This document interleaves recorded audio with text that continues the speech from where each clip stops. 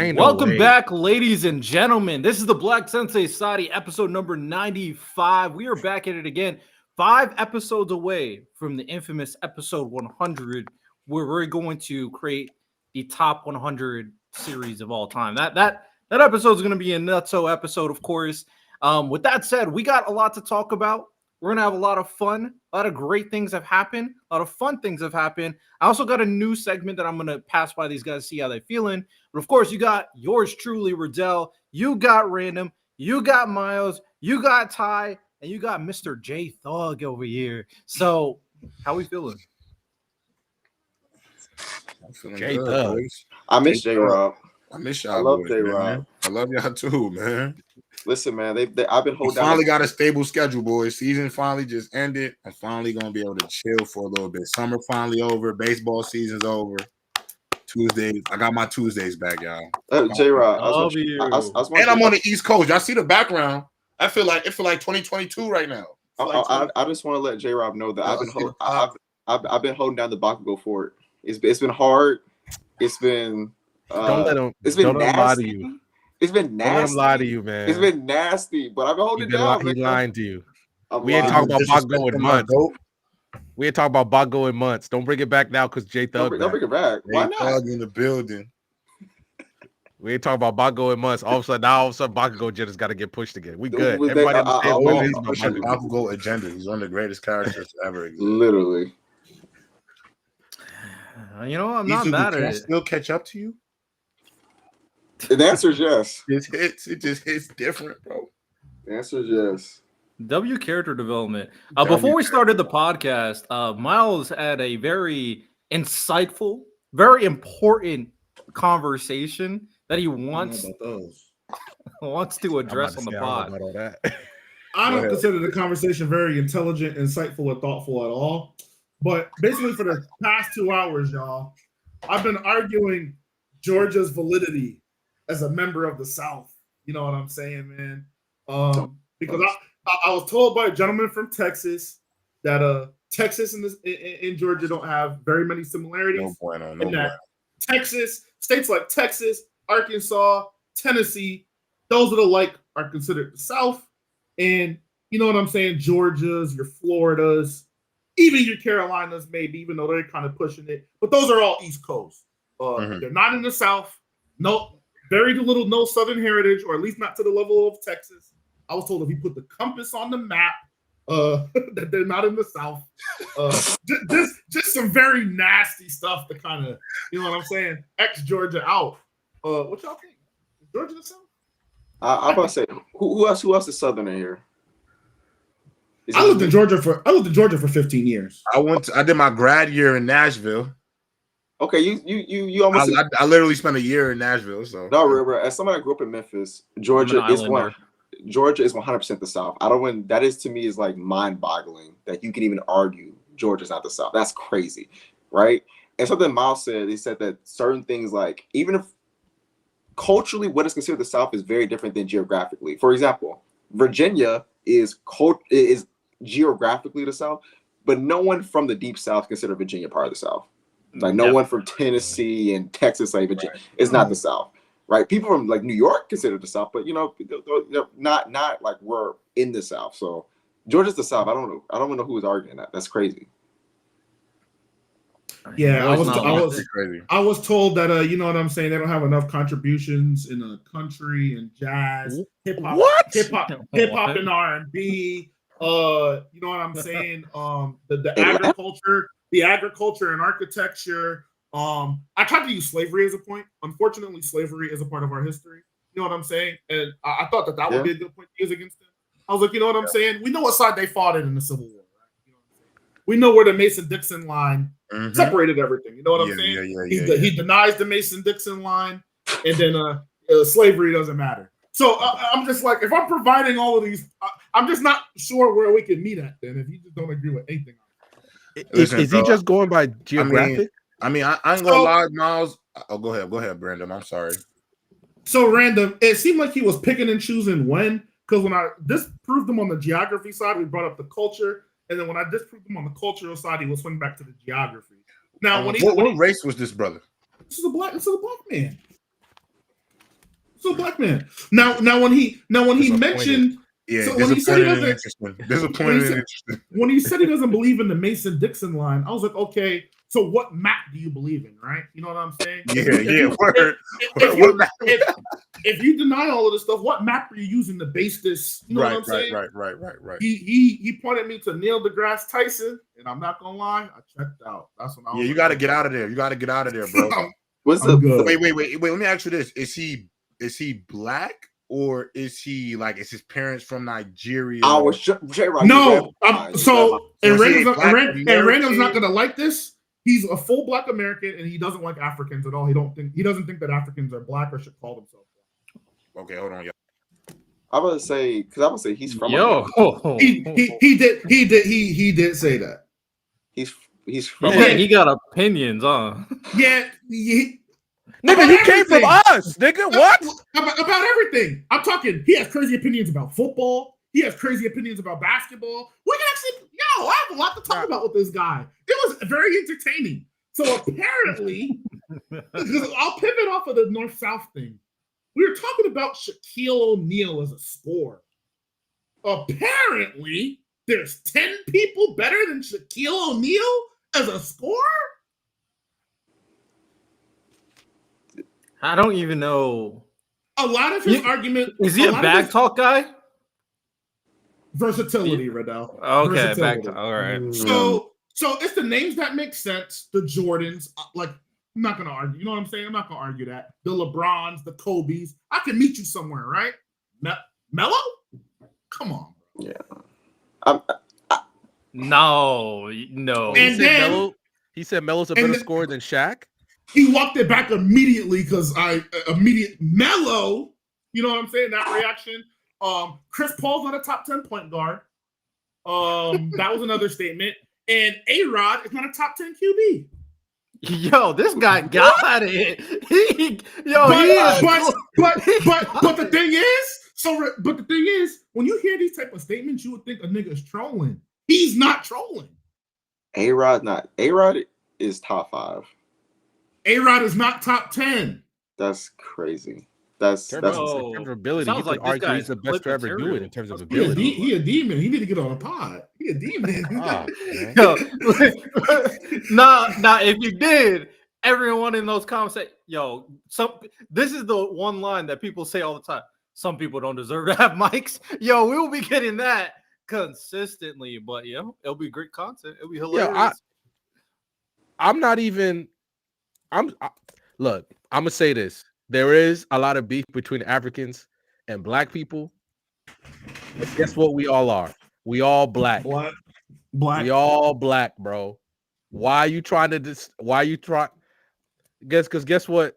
I ain't never heard a white dude say that dude's Italian, so he not white. I never heard that before. No white dude ever said that. I never heard that.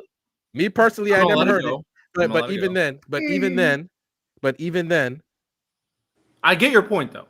That's so it's just a dumb way to think. It's just a dumb way to think, especially when you came from there, when your family lineage came from there. So for instance, if Africa's not black, then what are you? I think he's talking about the context in which people start getting called black, which I don't think that's crazy, but I think that the way he worded it and his perspective is crazy. Saying he hates Africans, that's crazy.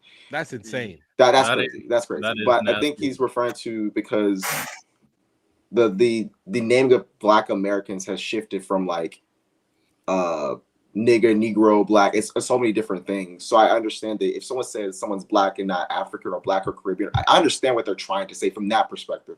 But if saying, hey, Africans, that's wild.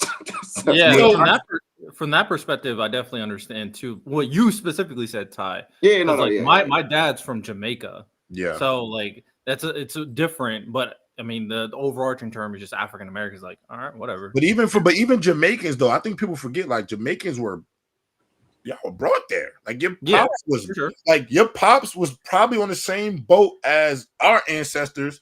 You might have just got dropped off there and then different port. Yeah, like, it's just different ports and that. So, but my also thing is too, we were supposed to push some of them folks off that boat. but you know. So, J-Rob, while you were gone, real quick, as a football guru with your expertise, you know what I'm saying? Talk to me. How do you feel about A-Rod not being top 10? Because that's also what this gentleman right now in the NFL or all time? No, all time. Like people like Eli ahead of him, Brett Favre comfortably ahead of him. Ridiculous. Brett Favre, John Elway ahead of him. John? Yeah, I'm not gonna put Elway over him. Now I don't know these people, but as a football guru, I'm gonna tell you this: he's a top 10 quarterback to ever play the game. I think that's undeniable. He's top 5. He's top, yeah, probably. But I do think if Josh Allen and Lamar Jackson both get Super Bowl rings, they're both better than him. I got cut in my agenda. To me, because I think the physical gifts, the talent. I mean, I think there's things that they just have God given, bro. That you just it's ridiculous, bro. And also, too, you got to think that they're two players that are actually playing in like a Jordan era of football right now with Mahomes. You know what I'm saying?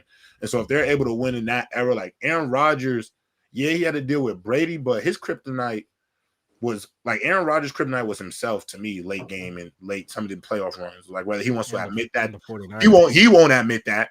He won't say that to any media, but he was a little, he's definitely top 10. He's definitely top 10.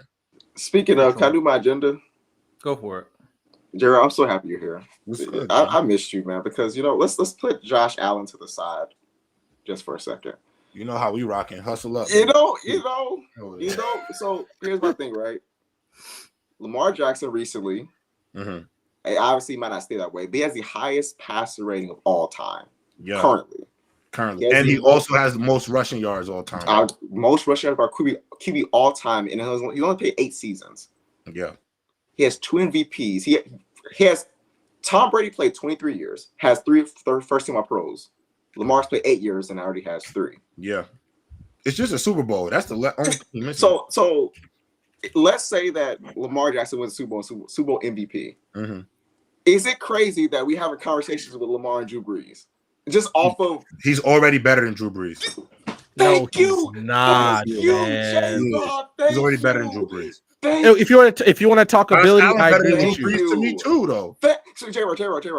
To me, I'll put him over him, but I got a politic because for these niggas, right? Like they need to see the championship. I don't. If you want to, right? I'm not mad at that. I'm not mad at that. No. I'm just a bystander of the conversation. No. This is my problem. Okay, if you want to go better, if you're saying he's a better talent, I agree with you. But then when you start saying greater, what Drew Brees has done, and the fact that. Besides the fact that he was legitimately hoed, one of them by the NFL out of at least making a Super Bowl. The freaking PI, the fake, the missed pass interference call that even your grandmama can't do that game. He got the ball back in overtime first, bro. Like we gotta stop talking about that call, Listen, bro. If you get the ball back first, it's different, bro. It's different. Like everybody talks about the call, but you got the ball back first, and you're a great guy. You're a great quarterback. Go be great. You got the ball back. Look, the call is it's maybe arguably the worst missed call of all time. But you also got the ball first in overtime. They shouldn't even been in that position though. But let me ask you this, Riddell: how many calls get missed in football every game, every day? Hella calls for sure. Nah, come on, bro. How many times that is not the same. Missing a holding call, a holding call, or false start not the same. The Patriots dynasty started from a fumble call that wasn't a fumble. Tuck rule. That was an actual rule. It wasn't a call. It was actual rule. That's not the same thing. Wait, Tom Brady admitted it was a fumble. It was still a rule. It was still a rule. I'll repeat what he said, man. Of course, Brady's good at admitting. How many times? My whole thing with Brees. How many first-team All-Pros does Brees have? 1. How many MVPs does Brees have? He doesn't have. Drew Brees has 1. Oh, I thought he had 1. He didn't have 1. He has 1. He has 1. He does not have any. I just looked it up. I was looking up while y'all talk. He has 1. Yeah, I thought he had 1. So that's my whole point. Like, I get the ring, but bro, like he's not 3. He's not better than Josh and Lamar, bro. He's not. Once again, you're saying better. Better to me. I don't think he's greater than Lamar either. I disagree. You think Terry Bradshaw greater than Lamar? No. Why not? He got 4 of them things. Right.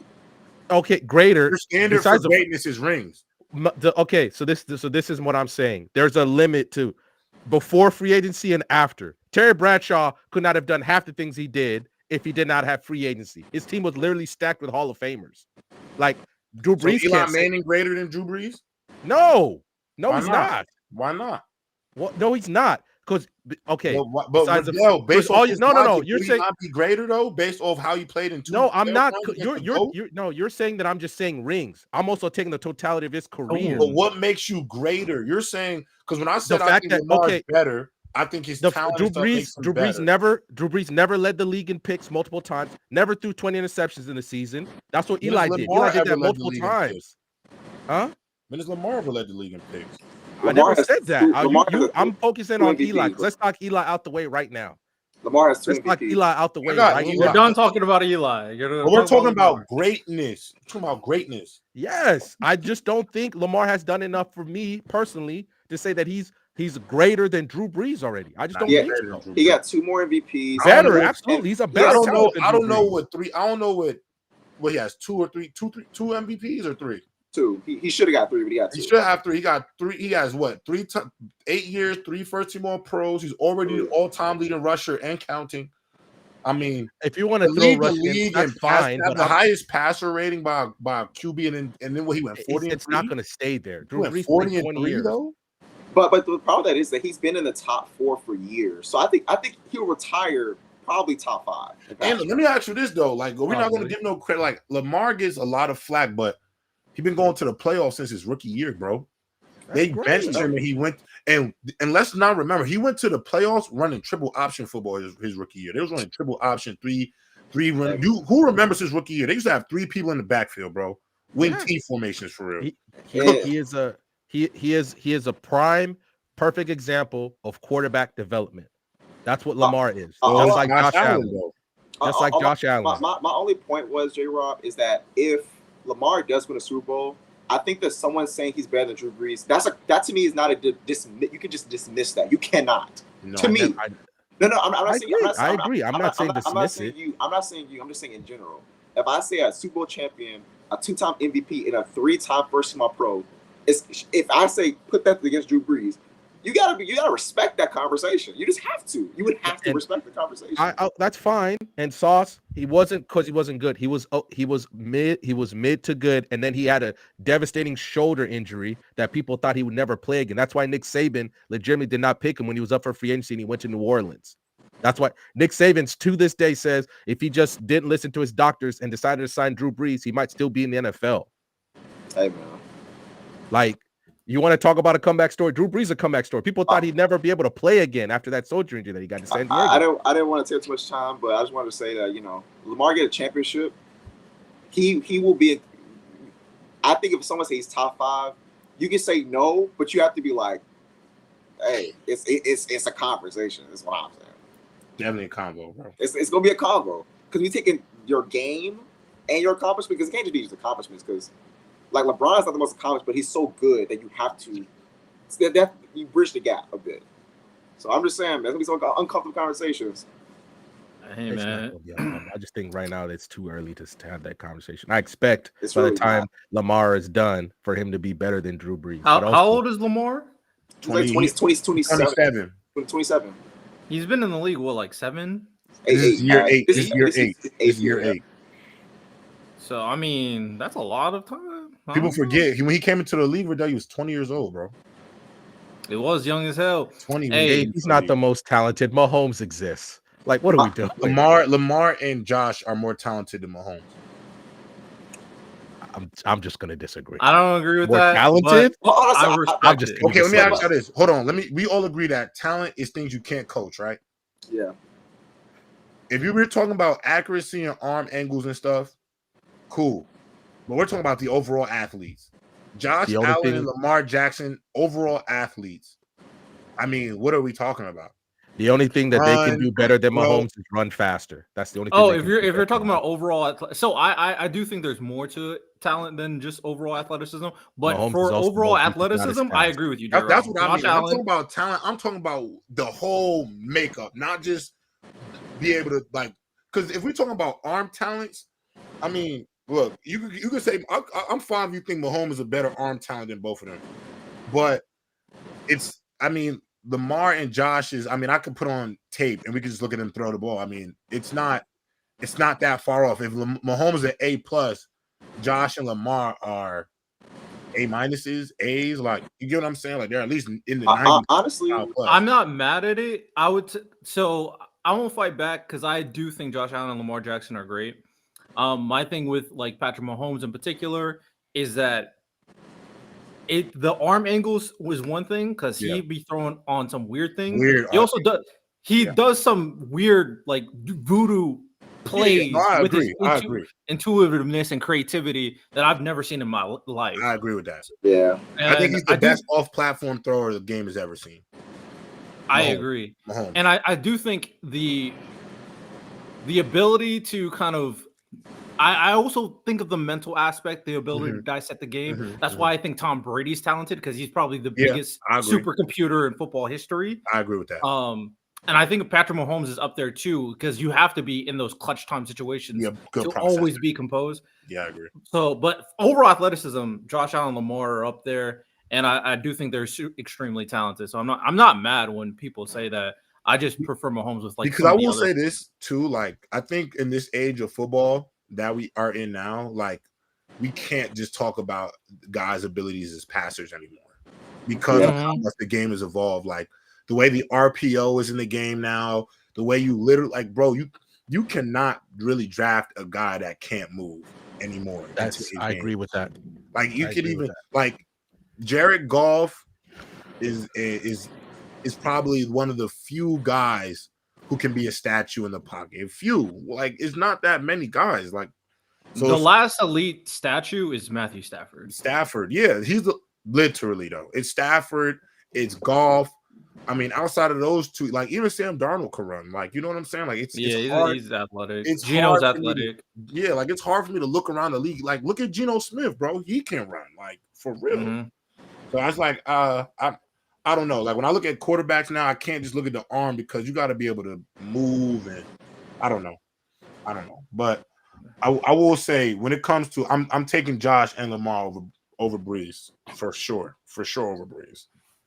So one last one because you weren't here when we talked about it. We talked about this 2 weeks ago when Ryan Clark said that Lamar never ran a 40. Leroy flex just to put it out there. He never ran a 40 at the combine. He didn't need to.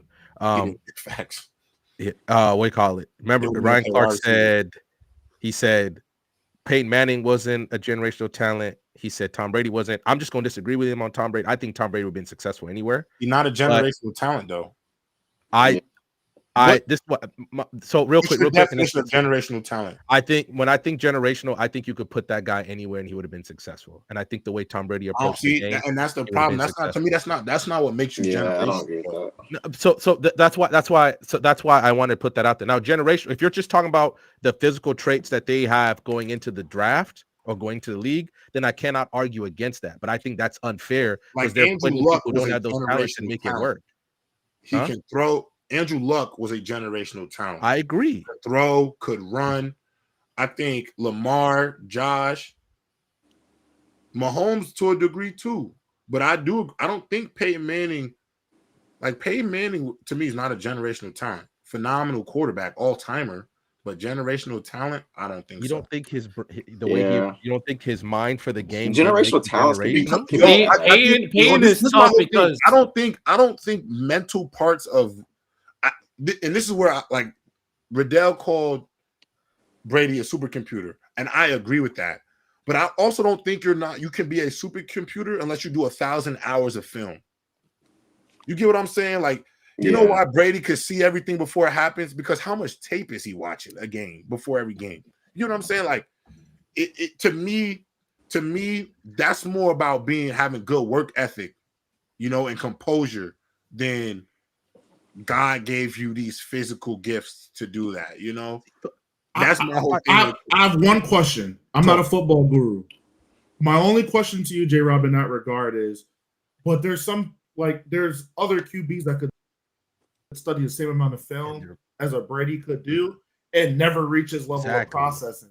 So when we're talking about somebody like Brady specifically, I'd say, who he clearly has a gap between, damn near everybody else when it comes to that. At that point, could we not consider it a generational trait? or would you still say? I still wouldn't consider that a generational trait, because the thing is, when it comes to like the reality is, even though he's a supercomputer and can process, he's also just really tough. Like a lot of these guys, Miles, the only reason why they watch a lot of film and still don't perform well is because they don't do well with chaos. They can't deal with a chaotic pocket. They can't deal with guys being in their face. Brady just trusts the things that he's seen on film. Some guys fail to do that when things get wicked in those situations. I just think Brady was the most poised quarterback to ever play the game. But I don't think that's a generational gift. I think that's just like, that's just a testament to his competitive acumen than anything else. I think that's more about his prep, his confidence going in. I think mental things like that. I don't look at personality traits as generational talent things, in my opinion. Because when I look at generational talent, I always just think like Bakugo Kochiki is a generational talent. God gave him an elite quirk. Yeah. God gave him a great body to go with that quirk, but the hard work, the instincts, the battle IQ, all those things, that's Bakugo going out there and working hard for real. Like, I feel like your talent and your preparation got to meet for it to all work out, to me. And I think Manning, Brady, Brees, Stafford, great arms, but I don't think they had the physical tools that like made them generational. I think they are phenomenal quarterbacks because of their preparation meeting their ability, if I'm being honest. $5 super chat from Angie Carr. She said, imagine a running quarterback, black. Use be demonized. Now look at it. If y'all were givers, what would be your vital? I just want to also mention, Riddell, there were 16 starting quarterbacks that are black in the league this year right now, Yeah, the league is changing, and people know that for sure. Black power. I don't know if y'all were givers, what would be your vital instrument? I don't know what that means. Could someone? You don't watch Gotcha Kuda? That's from Gotcha Kuda. Oh, I haven't been tapped in. Mine would be headphones. Mine would probably be. Oh, that's what vital. Okay. Yeah, like what would your item be? Like what regular? Like I'd probably say mine would probably be like a joint. Probably I'll like a yo. I'll probably I'm like, so then J-Rob, me and you would have the same. J-Rob, I guess me and you would have the same one. My thing would be, my powers would be like Smoker from One Piece. That's crazy. We got another super chat. Well, we're to answer this, Gabe, after we finish Angie's question. But Gabe said, "What is y'all opinion about Cam Ward's upside?" We'll talk about that in a second. But okay, we got two potheads. Ty, what's your vote? Probably the Apple Pencil I draw with. I don't know what my power be though, but I use it all the time. So mine was originally my headphones. I guess I don't know. See, I'm the same. I'm the same as Miles, but except I have earbuds. I always carry a pair of earbuds with me, like everywhere I go. But I haven't watched Gotcha Kuda yet. Like there's just too much I'm watching. Or it be my contacts, bro. I wear my contacts every day, so maybe my contacts would be my vital instrument. But if not, maybe it'd be a lighter. Actually, a lighter would be my vital instrument. Yeah, I really don't know what my vital instrument would be. I'm gonna say my phone because I be on this, be busy as hell with business. You know what I'm saying? So I could say my phone too. Same. I'm on my I work in social, so that could be that too. I gotta be a lot. As for Gabe's question, what do you think about Cam Ward's upside? Top 7, top 5 guy in the league. He needs a new coach immediately. I legitimately believe. I think Cam Ward already, bro. I mean, listen, I think his upside is through the roof. I have no. If the Texans don't get an O-line before you know it, that division is going to be running through the Titans because of Cam Ward. I really feel that way. You know. Ironically, what I wish happened. I wish Cam Ward was on the Colts. Oh I wish Cam Ward was on the Colts because that would be a great situation. But like I legitimately watching Titans games, at least obviously it's only been 2 games, but every game at one point I'm like, what the fuck is this dude doing? What is this head coach doing? It's like he just doesn't understand some things about the game where I'm like, what's going on, bro? You got somebody, you got a ready-made thing that every coach is looking for. Yeah. And you're going out of your way to make it harder on him.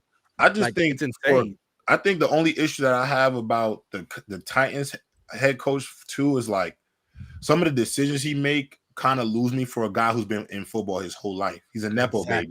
You can't. There's just no way. Like, you know how everybody says, "Oh, I hate nepotism." Just that. I don't necessarily hate nepotism, just from the standpoint of like you've been in this field your whole life, so your experiences and the reps and the mental part of it, you should naturally just be a little, you know.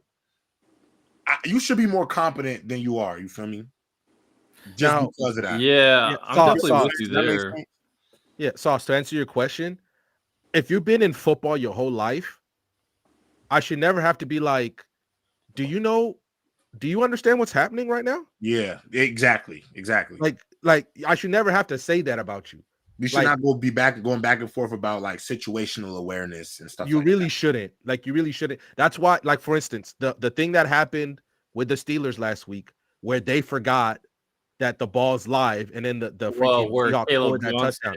That's ridiculous. Stuff like that is ridiculous, though. That's ridiculous. That's ridiculous to happen. Oh, I like Caleb Johnson, but that's a play that could scar you for the rest of your career. Come on, bro. Like, it's ridiculous. Even me sitting there, because I saw it kind of quickly.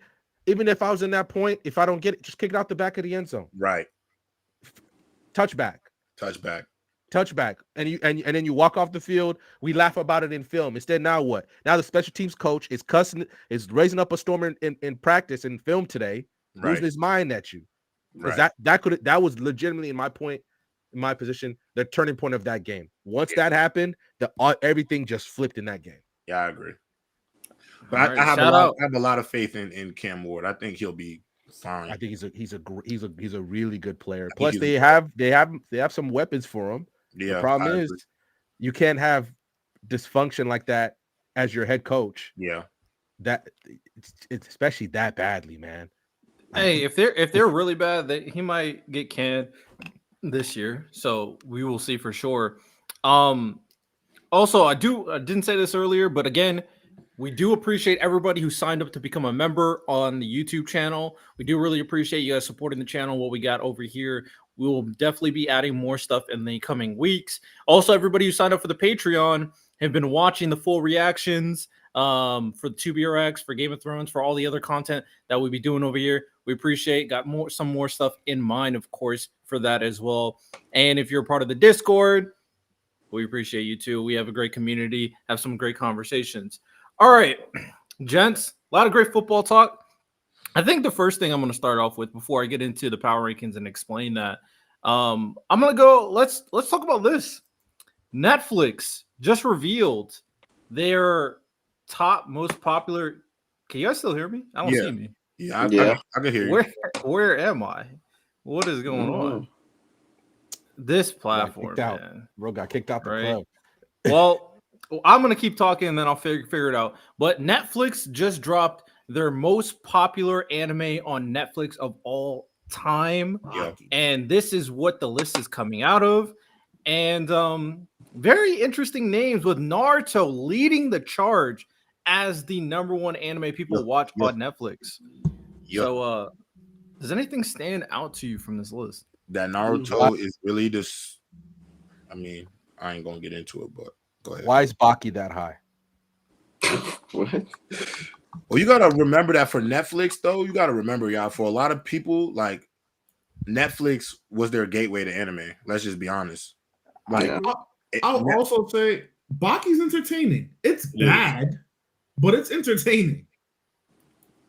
And I think for like the new age and like people who are just getting into anime this year and all that, I think a show like Baki is a good way to get started. It's a lot of fighting. For sure. It's a lot of fighting. The story's not too hard to understand. Simple. I think Demon Slayer is a perfect anime to start out with. Consistent story, very easy. I think we've talked about this a while about even though Demon Slayer's story isn't so crazy when it comes to like the depth, it's a great anime to like just sit and watch and enjoy because it's visually great, story makes sense, it's easy to understand. So you want to know why I don't like Baki? Because I get it, there's a lot of fighting, but you know what it is?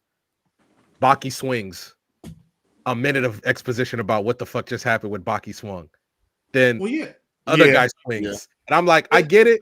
That's cool. But you give me 3 straight seasons of that. I need to see some squabbling. It's like, the record of Ragnarok effect, though. Exactly. But they're filmed the same way. But I love Record of Ragnarok. I love it too. But I read it though. I can't watch it. I read it too. I read it now. I can't watch it. I can't watch it. I need to catch up. Chill out. Santo's been nasty with that Yu. Hey, Santo talking about Yu. Look at Bleach at the bottom and the we don't have to do that. We don't have to noticing. Just let Dragon Ball's right on the bottom too. That's different though. Oh, that's different though. I think that's just OG Dragon Ball. It's not. Exactly. Is it? I thought it's just Dragon Ball in general. I have no idea. I don't think Z is on. No, I think it's all of it because JoJo's Bizarre Adventure. I think that's all of it. No, I'm saying they didn't have all of it though. But Z and Super aren't on Netflix. They have all of JoJo's on Netflix. Yeah, but Z and Super aren't on Netflix. Yeah, they're not. Oh, Z's not on Netflix? No. Only Daima's on there. Daima's on Netflix. Is 1,000 Year Blood War on Netflix? No, and that's why on Disney Plus. See, that's why it's not higher. Yeah, you want to know why? Because the base Bleach is so mid. You know what I'm saying? People, as you see, when they got added in 23, people hopped in. They wanted to see what the vibes was, what the rave was about, and then they watched it. They said, "Man, this shit ass." Yo, chill. And then, as you see in 24, they slowly walked away, and then 25, full scale retreat. Yo, chill. I'm not saying, but come on, not too much on Ichigo and them, bro. Please. Bro, shooting for real. Yo, our whole theme for our logos is Bleach. Chill. True.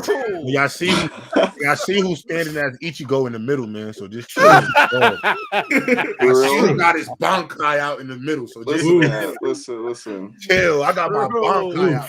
Yo, I'm so gassed that Ty got me already instigating. Me? Hey, I saw. Yeah, you drew. That's how you drew me, bro.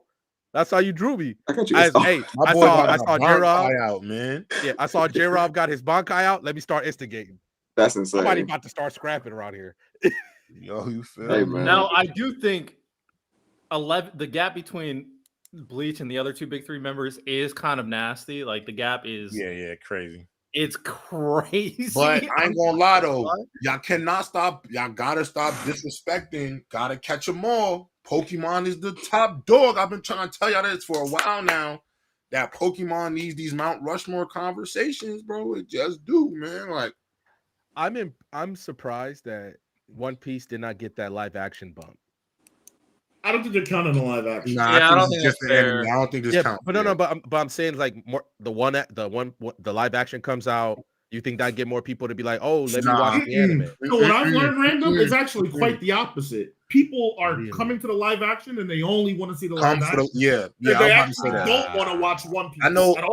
I know a few people, my shorty included, who only wants to watch the live action because it was good and that's what they're into, and they're gonna learn the One Piece story through that live action. They don't listen, bro. It's hard to go to that live action and then 700 episodes. It don't feel right. Yeah, I'll go to season 2. And that live action is actually like good as hell. So, but since we also talking about One Piece, I mean, are we gonna have that conversation about rocks or what? Like, hey man, don't tell me you gonna disrespect my boy Roger? No, I just think rocks is. I mean, he's putting belt to everything, and I'm gonna be honest. Roger, you're officially on Fraud Watch. No, he's not. Fraud Watch. We literally talked about this last week. That's so nasty. Just to answer Jaden's questions real quick. It's supposed to come out spring of next year. This rocks right here. It's not Roger's turn yet. We're gonna find out. We're gonna see. Because right now, all I'm saying is a lot of guys is finally getting that recognition. And all I'm saying is I see Rocks doing the damn thing. Haven't seen Mihawk do the damn thing. I'm with you now. Now I'm with you. Let me sit up. Woo! I ain't seen Roddy do the thing. I ain't seen Mihawk do the thing. Woo! I'm still kind of Look, Shanks, you one shot in people, so you good. Okay. You one shot in people, so it's making sense.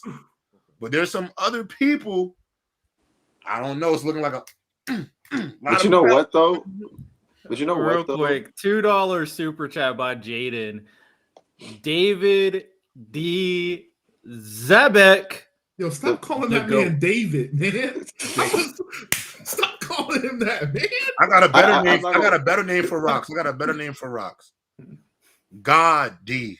Zebek. Come on. All I'm saying is this about Mihawk is that authors usually save their best for last. That's all I'm gonna say. Guys,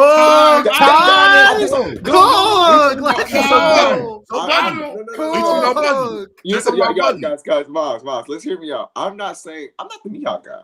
I'm just telling you what's gonna happen. I'm not rooting for this. But how do we feel that like Buggy about to be stronger than Mihawk and them boys? But no, hear me out, right? Mihawk is obviously being saved for Shanks' flashback. I thought we could, right? So I concur. So if usually the bigger mysteries are going to be handled later in the series, that's why we're getting God Value in the final act. So I'm just saying, us not seeing much of Mihawk means that when he is revealed, it's going to be crazy. Is Mihawk stronger than Buggy? I don't think so. All I'm saying, first of all, Mihawk wouldn't be able to beat Buggy because Buggy fruit. So we already know Buggy. I don't think a lot of people could beat Buggy. And yes, I'm being nasty. Bro, Buggy can. I want you to know when Buggy back out that Conqueror's hockey and that awakened devil fruit. I'm with you on the awaken. And he's literally destroying and materializing in matter. Sorry, fellas. I'm sorry. Buggy's about to be that dude. I'm just letting y'all know. Y'all not ready. Once he takes off that, he's literally Toby. He's Toby Naruto. Oh my god. He takes off the little red nose. That's Toby. Crazy. Once we find out what's Buggy real name? Chill out. Don't do it. Don't. What's Buggy real name? Don't do it. Isn't it do not do it. Chill out. What's Buggy's real name? Isn't it a bet? Chill out. Buggy's real name. All I'm saying is this time. Yeah. I don't give a fuck about a flashback. If that nigga Mihawk only showing in this series is him losing to Zoro, it's over with. We gotta stop. I am going to be insufferable. We gotta be done with it. I'm gonna be because Ty, no, Miles is cooking. In order for you to convince me, Ty, it'll have to be a level of engagement. I was looking through some of my favorite shonen fights in recent history. Right?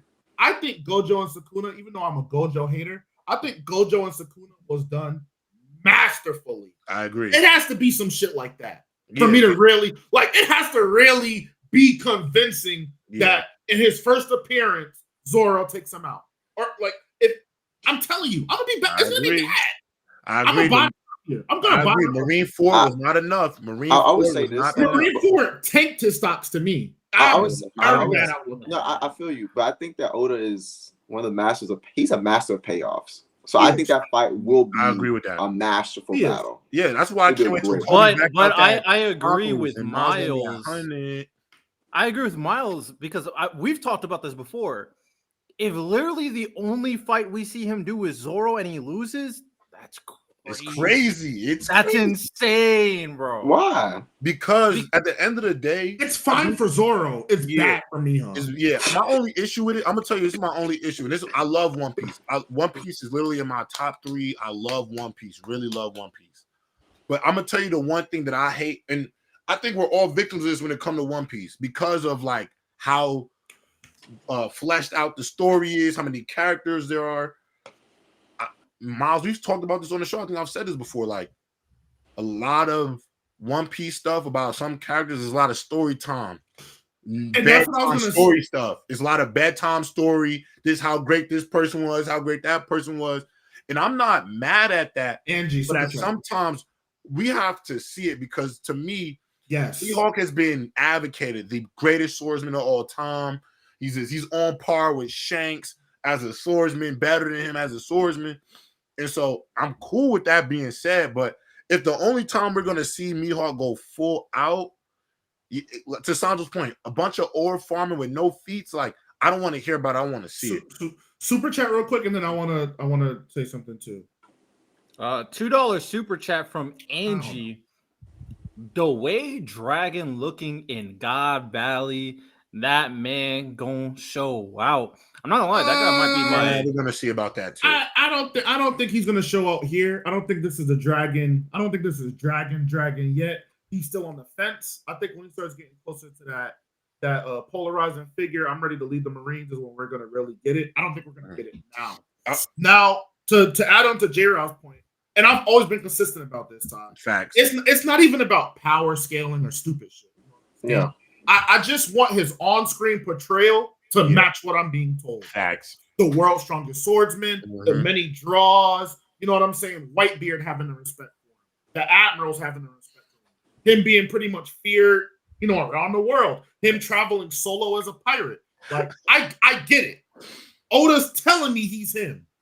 But when I hate to bring it up, but when I see you clashing with my nigga, Vista, you know what I'm saying, in the stalemate. When I see you talking about I have to measure the distance between me and Whitebeard, and then Diamond Jozu, like, you know, Diamond Jozu, you know, hems you up, you know what I'm saying? The stuff that didn't move me, I think him and his first interaction with Zoro, I thought that was brilliant. Right. In the movie Stampede, how he dealt with Fujitora, I thought that was great. Outside of that, main continuity-wise, I don't get much except fluff. What he's done and who he is. Yes. I just gotta see it.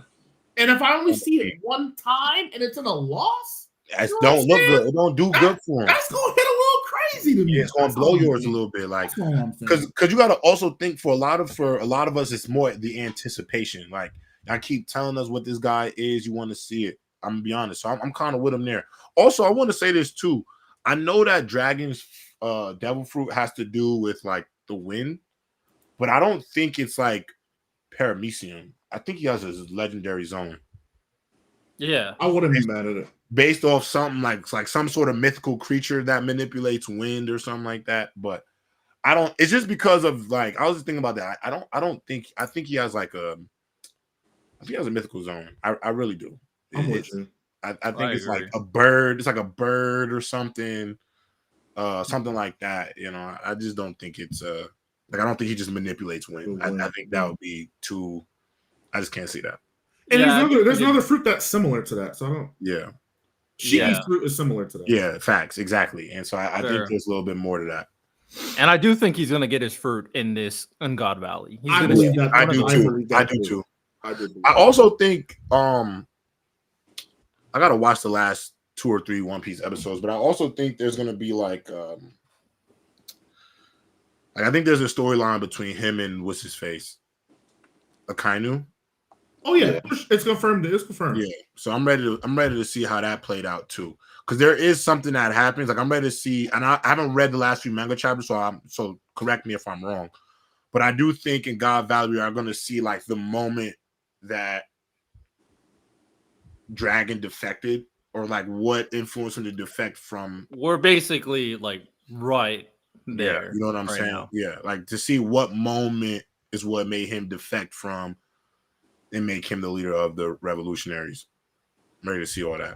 Angie super chat. $2 super chat from Angie Carr. She is leading the way, the #1 chatter right now. Yo, how Bullet canon now and not Zephyr? Angie, is Zephyr not canon? I know what you're talking about. Zephyr's not canon. And then also, Angie, I don't think that's Bullet. Because if it was Douglas Bullet, he's supposed to be like 6 years old. Yeah. Now, unless he's 6 and he's that brolic with that much hair, salute to him. But we also know him to be a member of the like Roger Pirates, like far future. a little bit before his final voyage. So I think that might be Bullet's dad. I'm gonna be honest. I also think the elders is for us too, though. I disagree. I think 2 are. I think 3 are tough. Okay. I think the big worm dude. I think he's absolutely trash. Trash. And then Saturn, we already know how he wants. Yeah, he's whack. He's whack too. Now we'll see. But so far, like, I'm not like I just thought they'd be a little bit more intimidating. They just haven't really. Well, the Warthog dude. I know his name is Mars Topman. Mm-hmm. He was banging with Luffy. He didn't He was banging with Luffy. And then we saw the Gorosei Samurai dude. Yeah, he cleared the whole island. He's a dog. He was in a page, he cleared the whole island. Those 2, at least, I got heavy faith in. Yeah, but so far between Worm and Saturn, Worm is bad. Them giants sliced my boy in half. Like I'm like, We had Garland. Also, do y'all think? Oh, I forgot. Actually, he's a Saturn replacement. That is true. He's nice. He's gonna be tough as fuck. Y'all think Loki is going to join the crew? I think he's going to be part of the fleet. I don't think he's going to join. Really? Okay. Yeah, I am very confident that he's going to stick with Hajradin. I can see that, but honestly, the only reason I just because we know they're getting one more. They're going to get. It's gonna happen. Hey, brotherly love will prevail. You and this fucking Hajradin prop, man. So I'm gonna say this, J-Rock. They're gonna need a big ass boat to bring that nigga. That's the only thing that's keeping me on the fence. But with the way that Yamato's cover story's been going, I thought she would be the 10th member because remember, Luffy said he wants 10 people excluding him. The way her cover story's going, she's not joining. She's not. She's not. You know what I'm saying? So I think if they make a bigger boat, it'll be Loki. If not, just get Vivi. Do you remember? But I don't want to see that. Vivi makes do you remember? She's important. He is important, but Loki just make it more lit. Like he's so strong. I mean, he do. Like he would just make it more. But like before we get to that super chat, I want to make one part before I lose my thought. Like from the covers, bro, the wolf, that's not Loki. What you talking about? The cover with that big wolf like laying down. You know what I'm talking about, bro. Let me find the cover. Better show you. I'm not. Sure. I know. Loki has pets. One Piece. Those might be his wolves. Wolf. Hold on. Let me see. Let me find. And then, all right. J-Rob looks that up. Jaden, $2 super chat. He's trying to compete. Y'all seen the Shamrock being Dragon spy theories? I've not. I did. I don't like it. Okay, this cover right here. Hold on, let me see. Can I present my screen or not? Yeah, you can be able to. Let me see. Let me just show my screen real quick. Let me just because this is what makes me feel like he's joining the squadron. Y'all see this right here? This cover? I think they gotta bring it up stage. Yeah, hold on. Let me there. We got it. Does Ty kick that? Oh, Ty just left. Probably a connection issue. Yeah, don't show anything too crazy, you know what I'm saying? No, nothing too crazy. This right here, this one with this purple wolf. Yeah. That's not Loki. I thought it could have been one of his pets because he has pet wolves. The only reason I'm thinking is because remember the whole thing was about his eyes, right? Remember they said like his eyes is the whole thing, and the eyes on this wolf. Yeah, he has like demonic eyes, kind of like demonic, and the eyes on this thing are like yellow and purple. I don't know. I could be wrong, but like this cover. Can you zoom in on that wolf's eyes? Hold on, let me see. Give me 1 second. Let me go to this picture right here. I think this one does a good justice to it. All right, let me see if I can move us or slide us over maybe. Oh wait, hold on. Can y'all see this? Hold on. He's gonna move our faces. Trying to zoom in on the eyes of this mug. And then I think Angie got a super chat. Right here. Like his eyes is like this. W Angie. So I don't know. I could be wrong, but I really do think this was supposed to be a representation of Loki, but I don't know. And I'm not mad at it. They just need a boat upgrade. I would love to have him on the crew. They just need to upgrade the fit. Yeah, I want them to get Loki too. The wolf is Garland, apparently. Well, wolves are pivotal in North. They bring Ragnarok, Skull, and right. Okay. Right. Shout out Angie. $2 super chat by Angie. I think Dragon and Garland gonna square up endgame. Oh yeah. I do think they perfectly represented that these two are going to be the ones to go at it. I don't know. I feel like I didn't realize that this was going to be Gates because I was thinking about like Sabo wants smoke with Akainu, obviously. Right. You know, Luffy's obviously not ready for that nigga. Yeah, he's getting fried. He's not ready for that nigga. Luffy wants smoke with Blackbeard, and of course, a lot of them everybody wants smoke with Emu. And I was thinking, like, who is Dragon going to deal with? They set it up perfectly. It's Garland. Yeah. Yeah, I just can't wait for Luffy to fight Kobe and Kobe to back up that Conqueror's Haki. Facts. And I'm trying to win that bread. $100. $100. He gotta pay that money. Hey, man. Shout out Miles, though.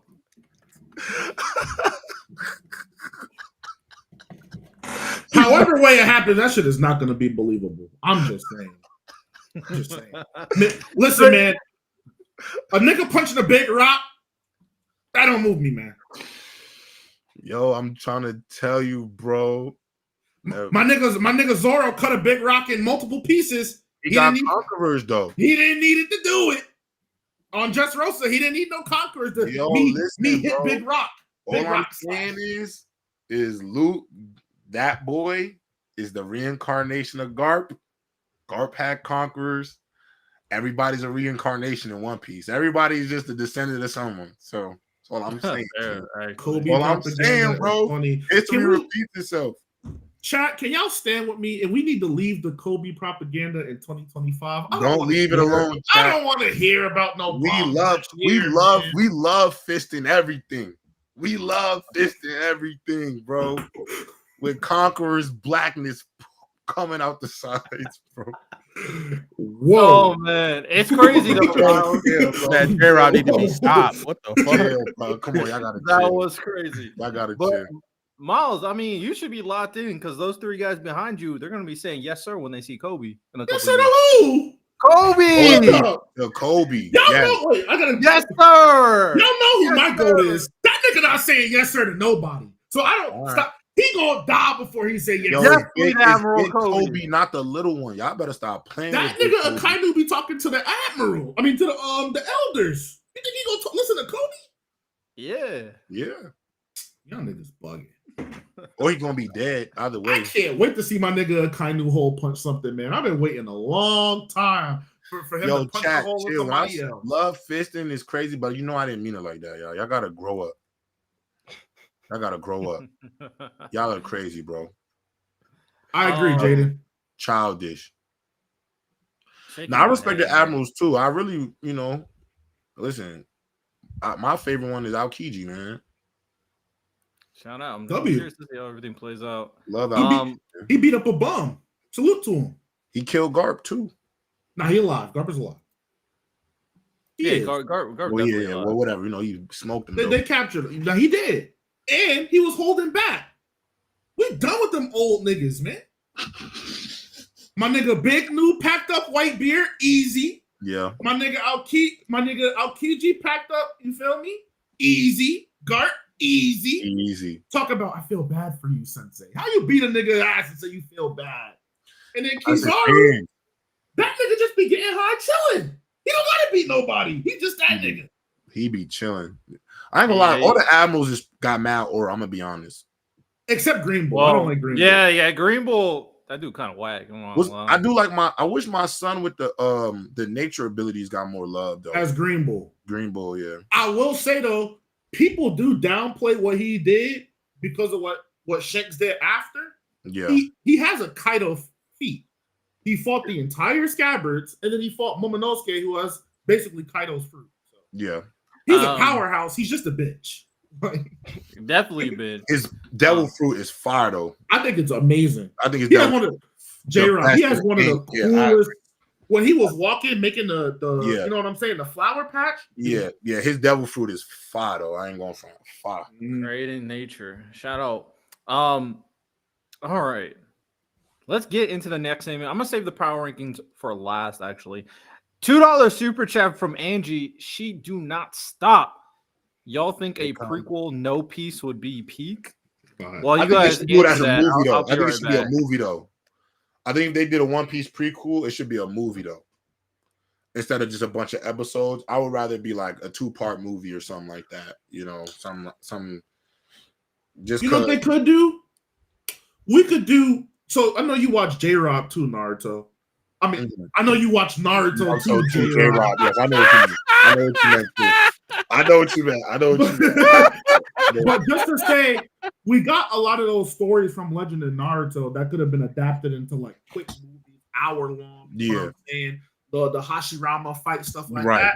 Right. One Piece has so much material. Mihawk versus Shanks, hour movie. Right. Here you go. Roger's Last Voyage, maybe 2 1-hour movies. Bam. Yeah. Here you go. Right. They can make, and I'm saying when it comes to bread, you're gonna get the bread. Niggas gonna watch it. Facts. Like y'all got the money tree. Just do it. They could also make like a you know what they could do too? You know how Pokemon did the Origins with Red as the main character? Facts. They could do something like that too, like a One Piece Origins where they could just, because I ain't gonna lie, Pokemon Origins was gas. I don't know if anybody watched that. It was amazing. It was amazing. It was amazing. No, the anime was definitely good. I've the animation was fire. The story was fire, bro. And as for somebody who was a big video game player more than the anime watcher, it was probably one of the most pleasing series they've done. I feel like you could kind of go that route too. Like, you know, every episode, something different. You know, it don't got to always be the same. You know, just a bunch of stories or, you know, just things that are all canon, obviously, but just things that people have wanted to see. Because I do think, like, one thing with One Piece is, like, I think Riddell, Miles, we both agree when we talk about One Piece, like, it's a lot of stories that we haven't got to, like, see actually happen. And so I think for a lot of the fan base, it's just like, we don't need a fully threshed out how they raised, but I do think some of the feats that we want to see, like those historical moments to the story, I think you could put those into like some specials or something. We could just get those, bro. Like we've talked about it. This current backstory that is going on is like, we want to see more. I want to see more from the Rock's crew. I want to see more from the Roger crew. I want to see more from even like what Garp and his whole relationship with the those two other vice admirals. Like these characters, I call this like more mature One Piece. I'm locked in. I want to see more of this. So they're definitely cooking for there. So all right, we are going to move on to the next segment. We'll save the BSS Power Rankings for last. So a recent anime has just finished in the world of anime. 2BRX just finished. It's one of the best season ones I've ever seen in my life. It's one of the best anime I've ever seen as well. It's so that anime is peak. I'm just past when bro beat he's the new electric guy. You know, he beat Isol. Yeah, I just finished the Isol part. Going. I am going. So I'm about to keep going, confused. Like, y'all finished it. So is it like every episode is like following a new hero still? It's like every 3 or 4. I ain't gonna lie to I'm gonna just be dead honest. The reason why I started watching it because I was too attached to bro in the first 3-4 episodes. You like the commoner? You like the commoner? Yeah. What's wrong with that? So and I'm sorry, Riddell, you want an island by yourself? Because I recently rewatched those episodes with my boy Gabe. I came around to the commoner too. I love the commoner, bro. So when they just went to bro with the Isol, I wasn't mad about it, but now I see it's about to go into another character. I'm so confused. Don't sleep on E. Keep your stuff. E that. I like Isol. No, I like the new Isol. I want you to know I've liked everything I've seen so far. I think I just stopped watching because I'm just like, I don't know where this thing is going. So how they kind of do it thematically, J-Rob, is every 3 or 4, you know what I'm saying? You're gonna get a new hero. But what they start to do after Isol, I think it begins with Cyan. They'll start to have cameos from other heroes that you haven't seen yet. You know what I'm saying? Pop up, or you might hear their name in a radio broadcast, or they might just walk in the room real quick and then walk out the room. You'll get a little taste here and there. Some of them will come from like, you know what I'm saying, reoccurring, and then you know what I'm saying. There's even mashups, so you'll have 3 of them in the same ep, 4 of them in the same ep, 6 of them in the same ep. You know what I'm saying? They keep it fun and interesting. Okay, bet. I'm gonna finish it because I want y'all to know I thought it was very good. I love how it goes from like the 3D to the anime style. I think the animation is gas in that regard. So I'm into it. I just kind of it just keeps on stacking, Jared. Like it does not. Bro. slowed down. And I can honestly say, like, even though Commoner is not my favorite, when I did my own ranking, he was last. With that said, all of them are good. Every single one of the heroes are good. Yeah, I gotta watch it more because Commoner might not be at my list when I'm done. You know what I'm saying? But just I did like him. You know, I rock with him. Like when bro went to brown with the white stripe in his hair, I said, "Oh, my boy got some aura." I'm gonna also say this too. Be prepared for season 2. That boy Commoner gonna dethrone X. The way the fan voting popped out, Commoner finished definitively at 1. X is 2. Don't tell me this though. I didn't even know they had that yet. Yeah, so during the entire course of the season, the fans are basically able to vote, and then season 2 is going to be a tournament arc where all of the heroes that we get introduced to kind of fight to compete for you know what I'm saying, X number 1 spot. Yeah. Even though there's an overarching story behind all of that that's going to intertwine with it, but the power levels of these heroes is based off how we vote. Right. Commoner was 1. X was 2, Nice was 3, so on and so forth. There's a new Nice? I don't know. Just keep watching. Okay. Just keep watching. And I will say that I am very curious to see how they implement it. And the thing about this, J-Rob, when I said this in the group chat, the character trailers are super valuable.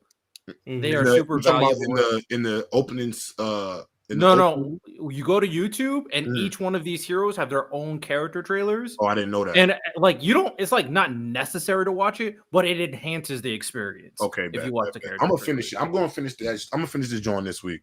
Yeah, that's why I've been talking about it crazy, and I've already started it, so I'm already in the mix. I'm already 6. Was it 20 episodes? 24. Okay, I'm at episode 6, 7. So just for the extra insight to what Riddell's talking about, because he should have just said it. There's a fight that happens in one of the trailers. You won't see it in the show. Okay. You have to watch it in the trailer to really see the fight. All right, bet. I'm good with that. All right, I'm gonna lock in. I've never seen that before in my life, so that's like okay. I'm a lock in. Honestly, really hearing y'all talk about, because I already was into it at first. I was just like, oh, no, I was too connected to the Commoner, and then Esol, and then once Esol won, we went to this whole thing with Sean. Said, oh, they're playing with my emotions. This is too much. Just too much. Santo said use the 2BRX website. They probably have all the character trailers over there. Bet. Look, I'm just happy. I put my stocks in Queen, and she was great. But I'm like, damn, next season I'm gonna be fighting for my life next season. Hey, leave my girl Queen alone, man. Commoner gonna win that tournament. You a Queen fan?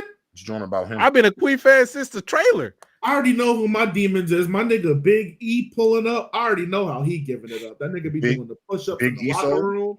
Esol is that nigga. The new one? I do like him though. He's a dog. You gonna see him again later? He do the little mission or whatever. He come back home, push-ups, pull-ups. I'm like, oh, this nigga don't give a fuck about nothing but getting right. But honestly, too, like I haven't seen the other heroes, so I can't speak to all of them, but you telling me that he's a dog like this? I mean, he watched his mans get popped in the face. Like, I would say 2 biggest like dogs is probably like Dragon Boy, Esol, and then I'd probably throw Ghostblade. I'm talking like dogs. Like we getting it out the mud. Yeah, we don't give a fuck. We here to scrap. That type of vibe. Right, everybody else, Gabe, you just out of order. Gabe, you gotta get some stuff. And then the rest of them are just like powerhouses, or they have like unique traits. Whereas like right. He has a unique trait. Johnny Boy's like a dog, unique trait. Shit like that. All right, bet. Now I'm gonna finish this thing up. I'm gonna finish. I gotta get back into the mix. Yeah. And that final episode, bro. I'm not gonna spoil, obviously, but I said this in the reaction, and then Miles reinforced it in the group chat. It might be one of the greatest episodes I've ever seen in my life. To finish the season, or just for me, not might. I'm talking out of every single anime episode I've ever seen. It's the best anime episode I've ever seen. All right, bet. I'm ready to watch. I'm ready to get back in. All right, y'all got. I've been convinced from the group chat, but I just also haven't had the time, bro. I've been after a baseball game, bro. I'm at the stadium from 9 to 11. I'm tired. I don't even be watching no anime. I'm not mad at it. Like me and Miles had a lock every single week, and that shit dropped. We locked. Like honestly, bro, if manga wasn't so quick and easy to read, bro, I'd be doomed. Facts. Nah, for real. Doomed is the word, bro. I'd be doomed. I wish Ty was here. I haven't even. Bro, I love Gachi Akuda, and I read it. I still haven't really watched all of the episodes. I've only seen the clips on YouTube. I mean, on TikTok, because them black characters really, they got Negroes voice acting them characters. Like, and I love it. Jabber, whoever's voicing Jabber, keep him forever, bro. Please. Yeah, the designs are fire. For sure. All right, so this is what we're going to be doing here. We are going to $2 super chat. We ain't going there yet. $2 super chat. 2B Squad versus Hero Association. Who y'all got? X is soloing the entire universe. Hero Association clears. Oh, I thought you were talking about 2B Squad. Yeah, I'm talking about 2B Her X. Like, I thought they were talking about My Hero for a second. I don't know why. I thought you were talking about One Punch Man Hero Association. Yeah, I'm who I don't know. Actually, I have no idea. If she's talking One Punch Man, then I'm with Miles. They clear. There's nothing. They clear. Cooked. Saitama, Blast, Tatsumaki Tornado. All that's needed. So, if you're talking about One Punch Man, Flashy Flash giving niggas work. I am curious. I'm curious about Blast and Saitama and X. I'm curious. Like, X is holding this shit up. Like for sure. Yeah, Saitama would just break the dimension though. That's because and we've seen him do that. And then Riddell, you talking about Flashy Flash? Ghostblade don't got shit on Flashy Flash. Oh, not at all. Flash is cooking Ghostblade for sure. If you're talking about One Punch Man, I think I might. I do One Punch Man. And King can counter Saiyan. That's crazy. Okay. All right. Okay. All right, so this is what we're doing right now. We are trying to figure out the best season 1 in anime. Santo, no, he's history. not. So this is the best first season. All the other seasons don't matter, and we're focusing on anime with multiple seasons. So if it only has one season, it is not included. I asked for people's opinion in the Discord, and of course, I added some other ones that I think should be on here. So we're going to dive right into it. I randomized the order. So that I didn't decide the order, I just randomized some of the ones I made sure, like, I don't want the heavy hitters right off rip. So let's dive right into this. Whatever criteria you guys want to use. We have 4 people here. So if chat needs to break the tie, chat will. First match up. We got big old start tournament. Solo leveling. 2B Hero X. No, I got 2B. Well, I mean, obviously, I have to go solo leveling because I haven't finished 2B Hero X. So, I mean, obviously, I think they're going to win 3-1 because y'all all love 2B Hero X. So, I think that's a wash. This is the problem because I remember the video that Lonnie posted in the Instagram chat where the content creators were talking. I did a 2B Hero X video and it didn't get that much traction. If you want to talk about how the casuals feel about it, they're going to pick solo, but 2BRX is the answer. It's just a better series. It might be a better series, but more popular, clearly solo leveling. Yes, I agree. For sure. Solo. Yeah. So, like, what is this? Is this an opinion-based conversation or this is an impact-based conversation? And this is what you think is the better first season. So, it's your opinion. I'm going to go. I got to finish 2B Hero X. I'm going to leave this one to y'all. It's 2B Hero for me, but don't get me wrong. The anime for solo leveling did a lot of really good work for the show. Yeah, I agree. Yeah, for the overall story. Yeah, I agree with that too. I agree with that too. Got 2B Hero X. I got 2B Hero X. So 3-1. I'm gonna refrain from being nasty because I slander solo leveling enough on this podcast. So I'm gonna go 2B Hero. 3-1. All right. Next anime up. Demon Slayer Season 1 and Sword Art Online Season 1. And this one's interesting. I do think this is very compy. I was thinking about Sword Art Online. Even though I'm not a big fan of Sword Art Online, the impact of Season 1 is undeniable. Undeniable. This is Season 1, right? I'm gonna say Demon Slayer only because that ending of the season where he was against that lower moon and cut his head off, it just took this series to another stratosphere. That was all season 1? Yeah, that was season 1, bro. That was season 1, yeah. That was all season 1. So it was. Season 2 is the district. All that. Gun Gale is season 2 of Sword Art, correct? Yes. Oh, I got Sword Art. Alfheim is still technically season 1. They just do it. They just do it dumb as hell. I'm going Demon Slayer season 1 too, just off the impact of the way it ended too, like how it propelled the series. Like I can't deny that, and I love SAO season 1, but I'm gonna go Demon Slayer. So we got 2. Oh, Random, will you best say something? No, go ahead. I want to make sure I put this right. So Kai, I completely disagree.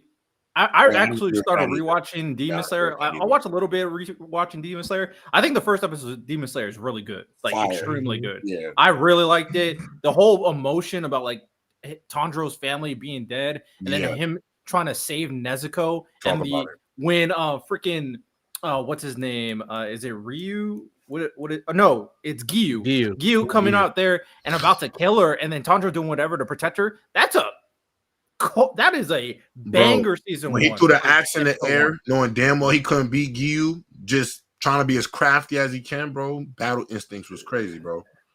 Yeah, it's insane how Giyu Loki just got lucky. He could have died right there. Mm-hmm. He just kind of got lucky. Like my boy was like, he's gonna knock me out, but this axe is gonna hit him in the face on the way down. So we'll see what happens. I was lost. You definitely felt for Tanjiro and Nezuko in that situation, so it got me hooked there. And some of the other great fights as well. I think the plot is interesting enough to stay tuned for the entire season. There are parts in Sword Art Online. Now, to be fair, Sword Art Online episode 1 is a banger as well. Let's be very clear about that. That shit fucking iconic. There are some lows in Sword Art Online I don't like as much, but. And then a lot of people have a big issue about like the whole glitch thing with Kirito and the final guy. Oh, I guess you guys counting the elf stuff, right? That's season 1. I didn't realize. The problem was it felt like they made the anime so quickly, and then now they needed to fill episodes. When I'm like, that's what it felt like to me. It felt like so unneeded. Me personally, obviously, Miles, I've said all I can about Gun Gale. I don't like it. You like it, but I'd rather just go to Gun Gale than have the elf arc at all. But Asuna got kidnapped. You would have wanted her to be kidnapped into Gun Gale? I would do it better than how you did it. Right. Do it better than how you did it. Because obviously, if you want to do, and this is a thing where I'm mad at, because this is a reoccurring theme that SAO always does, which is relying on the girl. Your princess is another castle, and also something really bad's about to happen to her.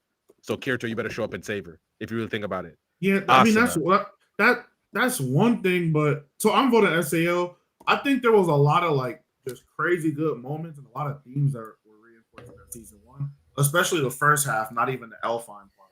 I think him, showing that he was actually not always a solo player in that backstory, and he actually had a crew, and us showing him lose all of them was really good. Him seeing that his former squad leader commit suicide, commit self-deletion because of that event, that was really good to see. I think his interactions with Klein, the blacksmith, him forming, I hate harems. Him forming his harem was actually really entertaining about how it was done. Because it wasn't him just getting girls for no reason. He had to like slay a dragon in one. He built his legend as the Black Swordsman by killing bandits in another. The stuff with the introduction of Laughing Coffin and how they were built up in reoccurring villains, I thought was really, really good. Heathcliff's first appearance and that fight in the Colosseum, I thought was really, really good. Now, I can agree with y'all that the second half, or at least Randall, the second half, it kind of dips off a little bit because a lot of it is him just kind of just navigating the politics of the elf world just to get Asuna the whole time. But that first, like what we call the real first season, that shit was borderline. Oh, that shit was so me, I'm picking Demon Slayer only because of the elf part. So even when they introduced that one dude, that Kirito's been in the game for like a day and a half, and he's fighting the strongest dude in the game, and he somehow wins. And I'm just supposed to believe that. Wait, who? Heathcliff? No. In the elf, remember that big fight he has when the oh, the red dude. The red dude. But he carried his stats over from the first game. That's why. He didn't start from 0.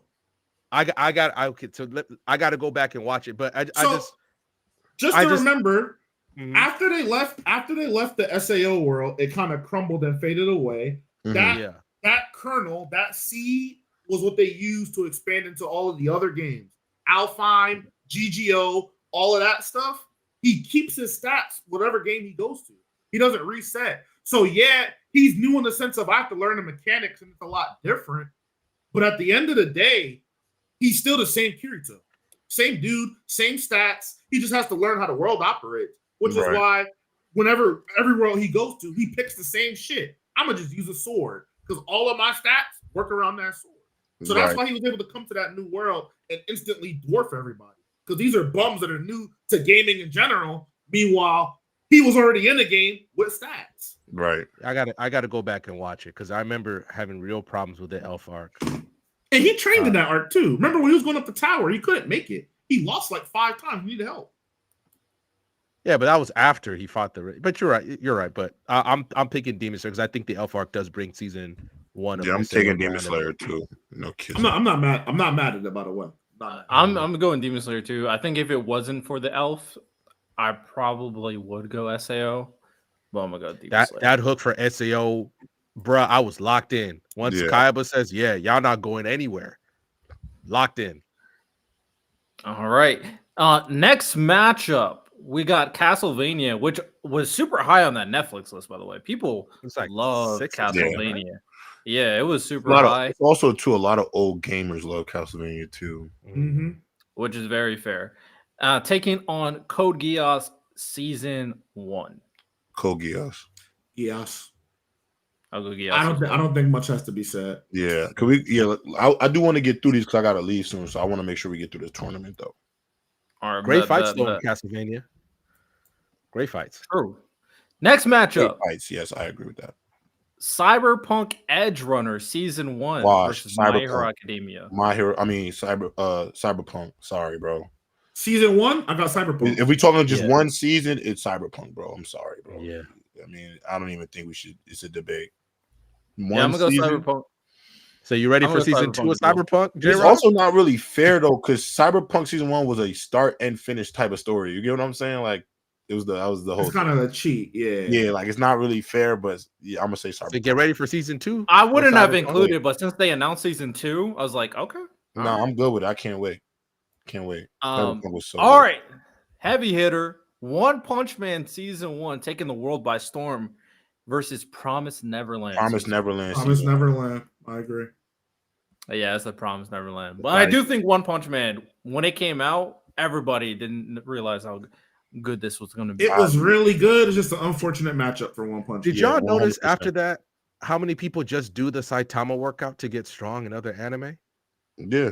Because I mean, people do it in real life. They're like, "Oh, bro, I get 1,000 push-ups." Bro, just hit them push-ups. You know you gotta get strong eventually. Facts. real spill though.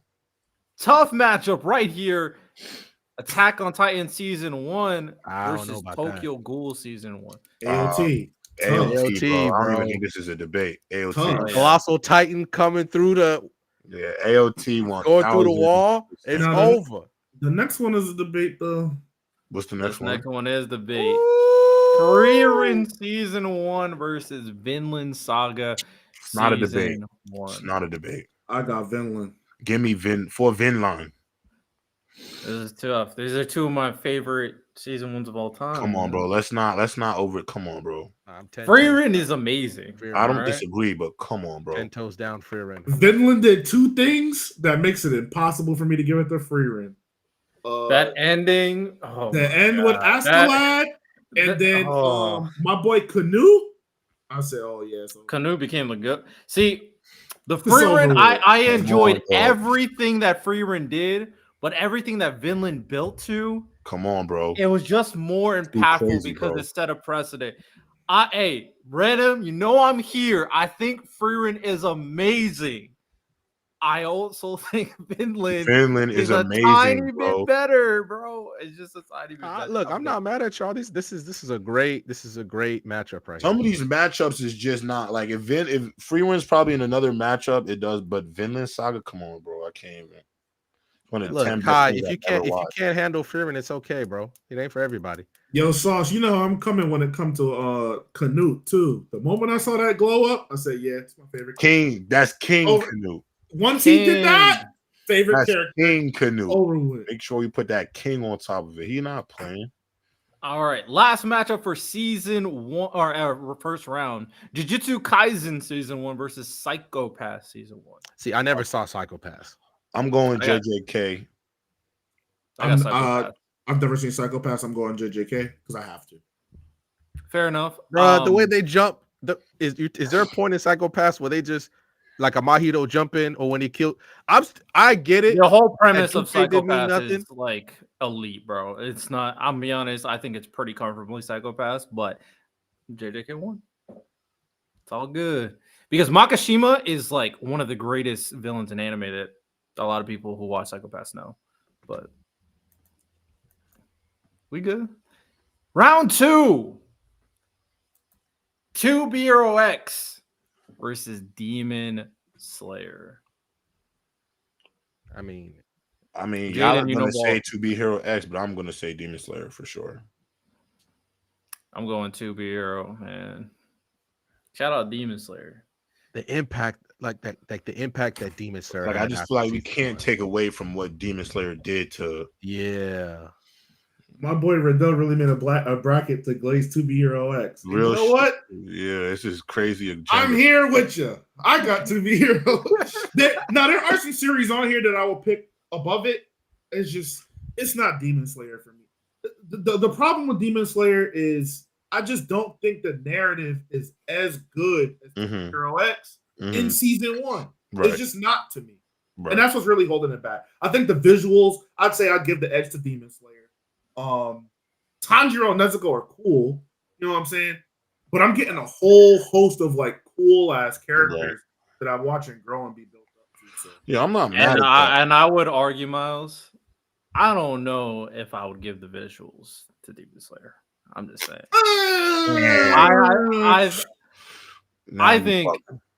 I think there's a closer argument. Now, yeah, I'm gonna stick with that. I'll say this: outside of fights, I think moment to moment, Demon Slayer consistently looks better. But I think fights, 2B Hero X takes it over the top. The Queen fight with Boa, crazy. Obviously, the stuff with X, wild. The stuff underground with E-Soul, you know what I'm saying? Ghostblade skirmishes, those all look better. Moment to moment, just watching, even if it's like a lighthearted slice of, life-ish style moment, I think Demon Slayer moment to moment.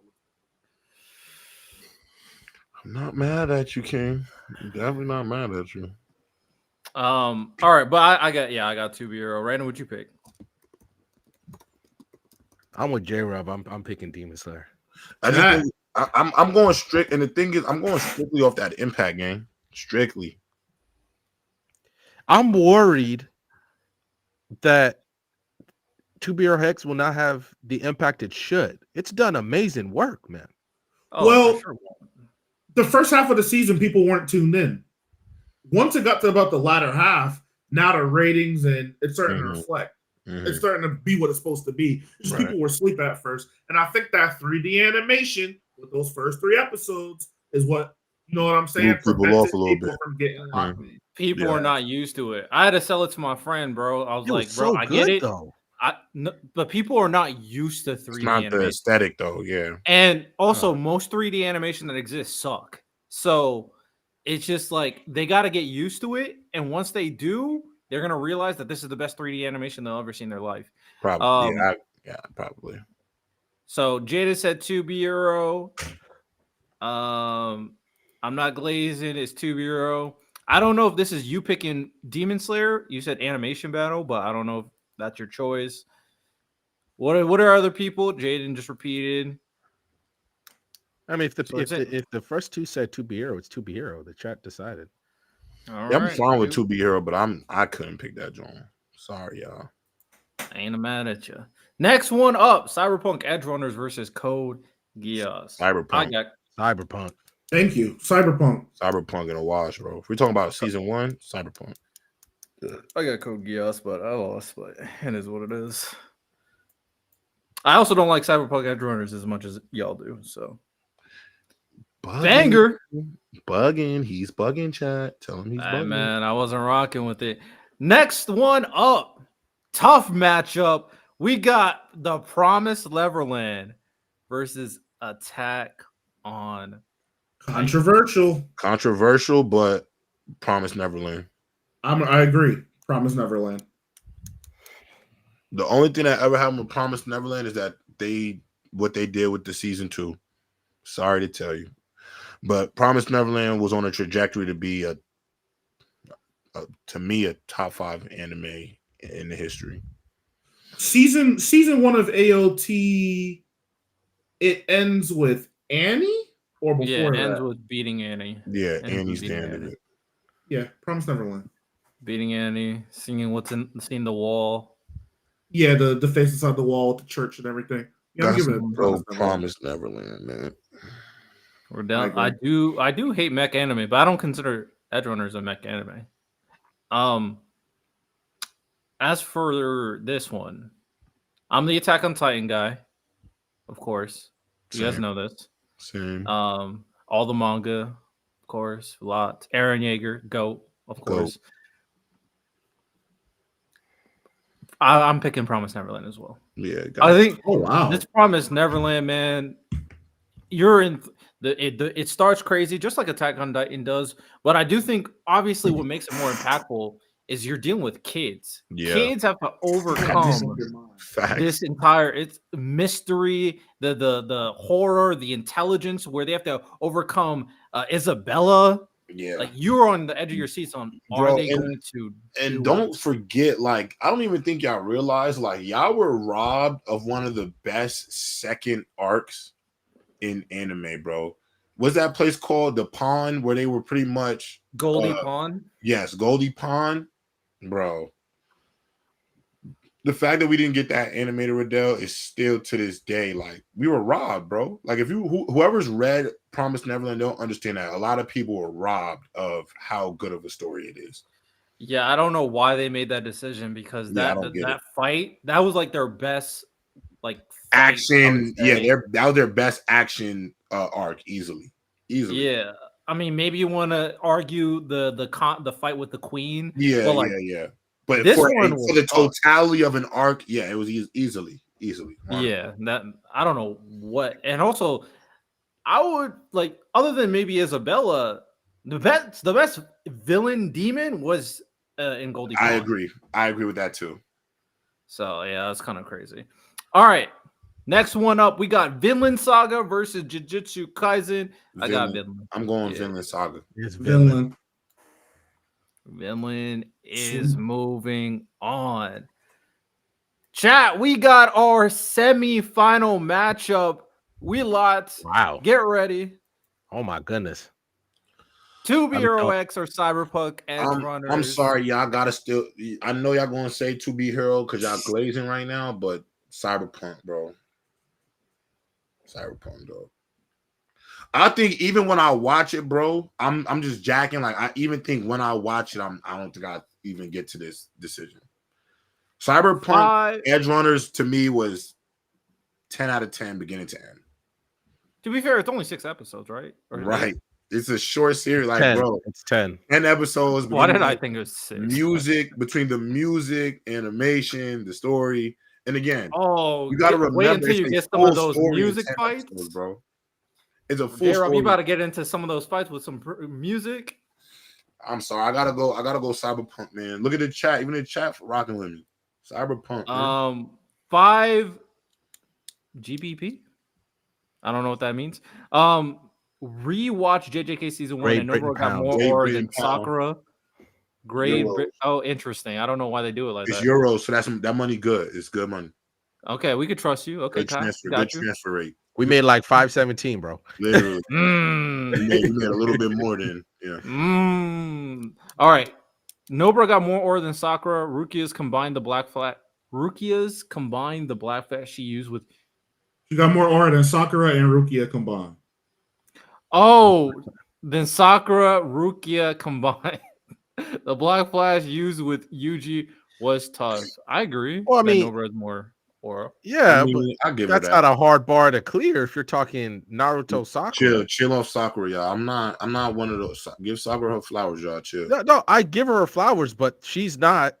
What aura? Oh, you talking about all of Sakura? I thought you were just talking about pre-time skip Sakura. That's what I'm talking about. Sakura got aura when she fought Sasori. That's when her aura started smacking. Nobara, season when Nobara got more aura than Sakura when she fought Sasori. No, I'm taxing her. What? She fought an Akatsuki though. Yeah, but she fought a Akatsuki member though. Yeah, she had the physicality to deal damage, but she didn't have the raw skill to get the job done. So Chio had to film. Yeah, Chio definitely had her on the strings. I agree with that, but that's kind of what made it cool too. It was a teamwork. It was already a 2-on-1. Man, get that bum Sakura out my face. Chill, man. Love, and also Rukia. There's not Nobara season 1 does not have more aura than Rukia when she uses her Bankai. That's a fact. This is not true. If we're talking all time, he's being gross. Yeah, he's being gross. At the beginning, I'm with him. Yeah, I thought he was only talking about pre-time skip Sakura. I was like, oh sure, whatever. All three, I got 2B hero. Well, I got E. I'm not gonna hold you. I'll be that guy. I'm with you, J-Rob Cyberpunk. Ooh, the way I felt after watching Cyberpunk, he gets it. The way I felt after watching Cyberpunk was like, yo, pull this chat up. Riddell, pull this chat up by Angie Carr because this sums it up right here. Cyberpunk achieved in one season, anime series can't do it in an entire run, and that is a fact. It's a fact, bro. It was supposed to be over, and it did the same thing. No, it didn't. Yes, it did. Yes, it did. I'm talking about the entire impact. To be heroes, not you. Come on, y'all. We're not. I agree. It does not have impact like Edge Runners. That's what I'm saying. I agree. I'm not saying that. Does Edge Runners have more impact? Yeah, for sure. I think it has the video game. It won anime of the year. I think the soundtrack of the year pretty much rebooted the game. I'm talking about the year it had when it came out, bro. It was. So, I mean, that's fair, but To Be Hero hasn't had a chance yet. I think it's going to win Anime of the Year, easily. It better. Solo Leveling is, bro. No, but Solo Leveling is going to be recurring. So Solo Leveling is going to go up against One Piece and all of those. Because it won for last year. Correct. Oh, okay.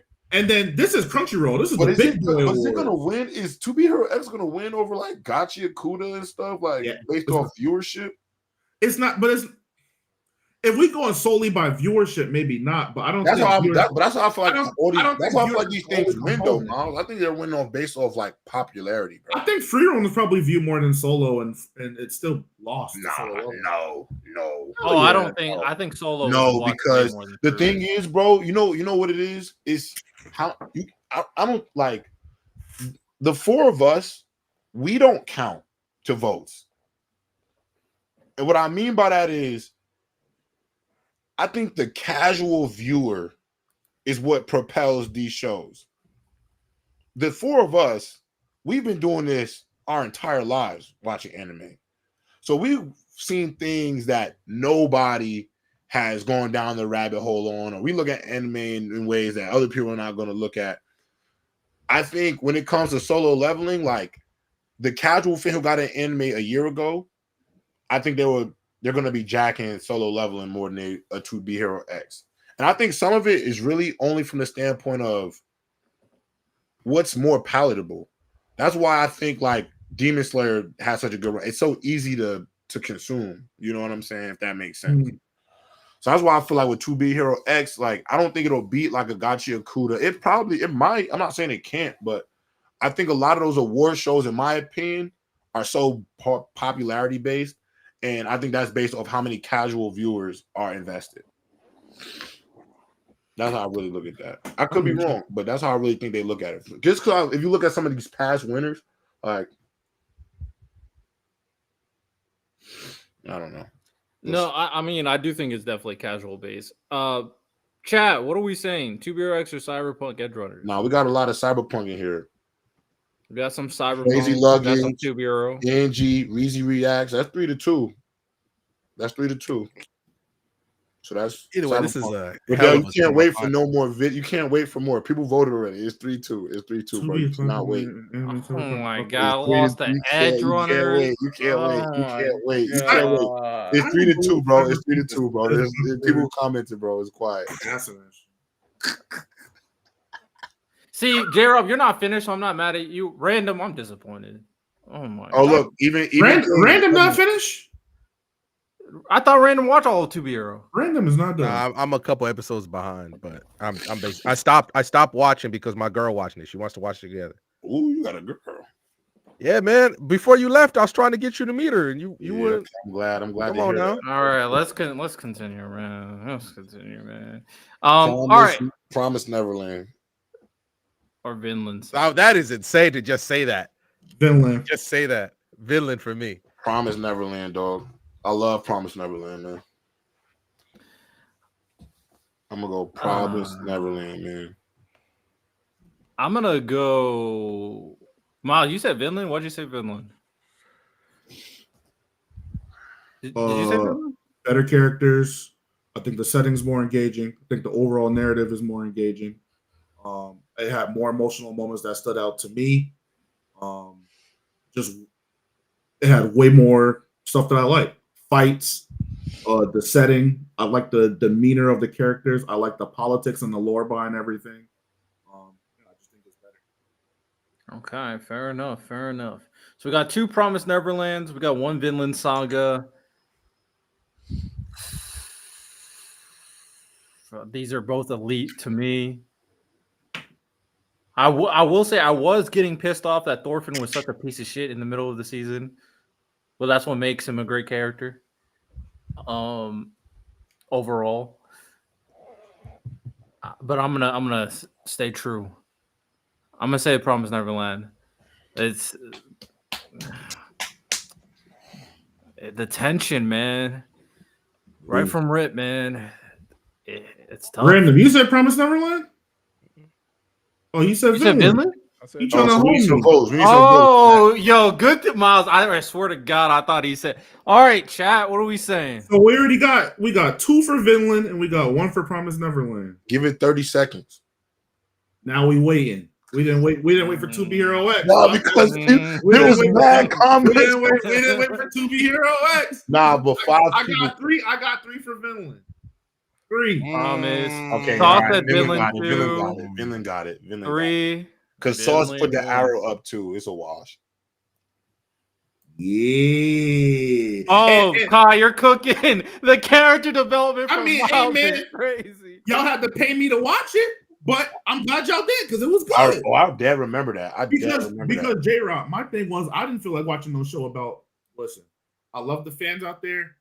I'm a black man. That's all I got. I would just leave it at that. I'm a black man. The setting. I'm laughing though because I push him off. You know how I feel, bro. It wasn't moving me. But I'm glad I watched it. So Black power. That shit. You've read Miles, have you read all of the manga yet? I didn't read all of the manga. I heard it ended, but I did finish season 2 of the anime, so I gotta just pick up there in the manga. All right. It's one of those manga that I can confidently say, good ending. Good ending? Very, very good ending. Shout out. Thorfinn. One of them ones. All right. With that said, the finale of the season 1 anime tournament bracket. The best season 1 in anime history, ladies and gentlemen, is between Vinland Saga and Cyberpunk Edge Runners. Edge Runners. I like J-Rob because at least he's resolute in his belief. He don't got to think about it. But I got Vinland. Cyberpunk Edge Runners, bro. Come on. Miles, you gonna cry next arc? Yeah, he might. He might, chat. He might. It depends. I'll be crying for very specific shit, so maybe. What next arc? Are you talking about Vinland? Tokubi Original Sin is only 1 anime. Santo. One season. Cyberpunk Edgerunners chat. Don't Vinland overthink Saga. this, bro. Cyberpunk, y'all. Like, we gotta not overthink this, dog. Big V, boy. Random. I know you smart. This is why I rock. Who you got? Big V, Random. And Random, with that smartness, you already know what to do, man. Put it up. You know you want to. This is really hard. Random, you know what it is, gang. This is really hard, man. This not difficult at all, bro. Yes, it is. No, it's not. Yes, it is. Season 1 was a whole show, man. That's all I gotta say. With no plot holes. Yeah. Did he do it?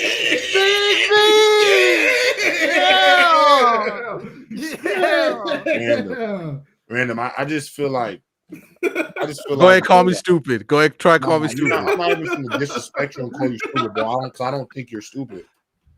But I just think, like, I thought you had more independence in your brain than you do. Yo! And so it's just sad to see that, like, you were so easily influenced by these two up here, bro. It's really sad. Like, you know what it is? You know what sold it? How I felt after David died. How I felt after Askeladd died. Yeah. You literally said what was the deciding factor for me, Random. That was the deciding factor for me. I couldn't believe it. After everything Askeladd did, I couldn't believe that's how his story ended. David was on a spiral. It was high. David was spiraling. He was high. Askeladd high key the MVP of season 1. He was. For sure. Not even a question to me. Easily the MVP, bro. Look what he did in one season. Man. He's like one of the greatest anime characters of all time. Literally. No, I love Askeladd. Like, I love Askeladd. But still, I'm still going to take season 1 Cyberpunk, man. That nigga said, I'm reborn. I said, oh, this nigga's bugging. Yo. I knew he was real when he made the decision to kill that king, man. I knew he's a big picture thinker, man. Mm-hmm. He did it all. He changed everything. He changed everything, bro. He was the most pivotal domino in the show, bro. And at the end of the day, by him sacrificing himself and not allowing Thorfinn to take his revenge, he also created like the guy to kind of save everybody. Yeah. Never gave Thorfinn that satisfaction of killing him. Like, because it would have ruined him. That's what hurt me. It probably turned him into a bloodthirsty monster, bro. Mm-hmm. But I don't think after he would have killed Askeladd, he would have been satisfied. Because your dad's still going, bro. Not still coming back. It's not filling the hole. And it did hurt me, too, that Thorfinn didn't get it, but it was, like, so perfect at the same time. Like, oh, my God. Yeah. And I just love the fact that while he's over him, he's like, you're so loud. While he's dying. While he's just dying there. Bro was trolling till the end on him. He's like, nah, bro. He was trolling to the end. But, hey, I got to slide. I love doing this. I'll see y'all boys next Tuesday. And I should be done with To Be Hero by then. Bet. Yes, sir. Ski. Holla at me, boys. Take it easy, brother. All right, with that said, that is our season 1 tournament bracket. That was tough. I'm not gonna hold you. That might have been the best bracket. That was a good bracket. That was a very good bracket. That was a good bracket of the best anime. And we ended up with Vinland Saga. I'll be honest, when I came into this, of course, I was going to push the 2BRX agenda until it went up. I was trying. I think the only ones I would have been like, fuck, is Promised Neverland and Attack on Titan and Vinland. I didn't think it was going to lose to Edgerunners. I'm not going to lie. I was like, oh, man. But I don't like Edgerunners as much as you guys, so. So I like Edgerunners, and I had to fact check. It actually did win Anime of the Year. I did not know that. So, I mean, I guess the impact is kind of a lot bigger than I anticipated. I didn't think it had that big of an impact. Salute to it. I mean, I don't think it's better than 2B Euro X, but salute to it. I mean, that ending song alone, when what's her name sitting on the moon, like that shit was everywhere. Brandon, what episode are you on? I'm on. I just finished it too. Hold up, 22. What? So you're near the end. You a bot. I'm sorry. Like I was. The plan was the plan. Brandon, I'll be honest. That final episode, like when me and Mile, have you ever heard us say this is the greatest episode of all time? Everybody says I hate everything. So if I praised it, it gotta be good. Yeah, so you know what I'm gonna do? I'm probably just gonna end up watching it too, but my girl's like, I want to watch it with you. Oh, so that's she why on the same? Is she on episode 22? She just finished the commoner story. She just finished. Oh, she's so y'all are restarting this shit? No. This is what I'm gonna do. I'm gonna watch. I'm gonna finish it, but then I'm just gonna rewatch it with her. So to be fair, I've been told that the rewatchability of TBRX is like elite. So you might enjoy yourself a lot rewatching it. Yeah, you get to see all the Easter eggs and how all the characters are intertwined. I too have been rewatching it. Oh, I'm actually with Gabe and them. So I'm actually picking up on a lot of stuff that I'm like, oh, this shit was like painfully obvious, and I was just being an idiot. Okay. One of these days, if I have time, I'm gonna have to watch Lord of Mysteries at some point. So I'm not watching that shit. I'll take your word for it. To be honest with you, once I stopped watching, I realized how hard it was for me to go back on again. Lord of Mysteries? Yeah.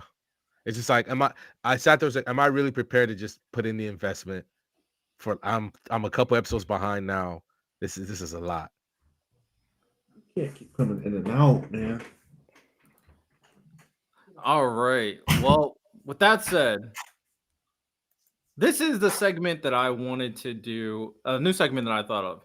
And I think this will make also really good graphics, and I think it will create very good participation for our Discord as well.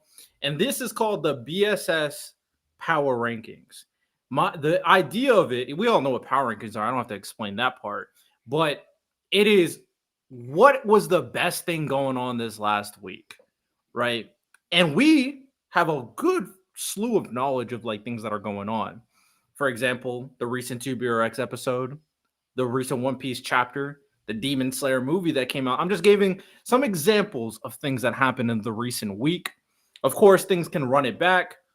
And we're just going to figure out, like, what is the best? What was the best thing that came out? What was the not as good thing? Like, top 10 for the most part.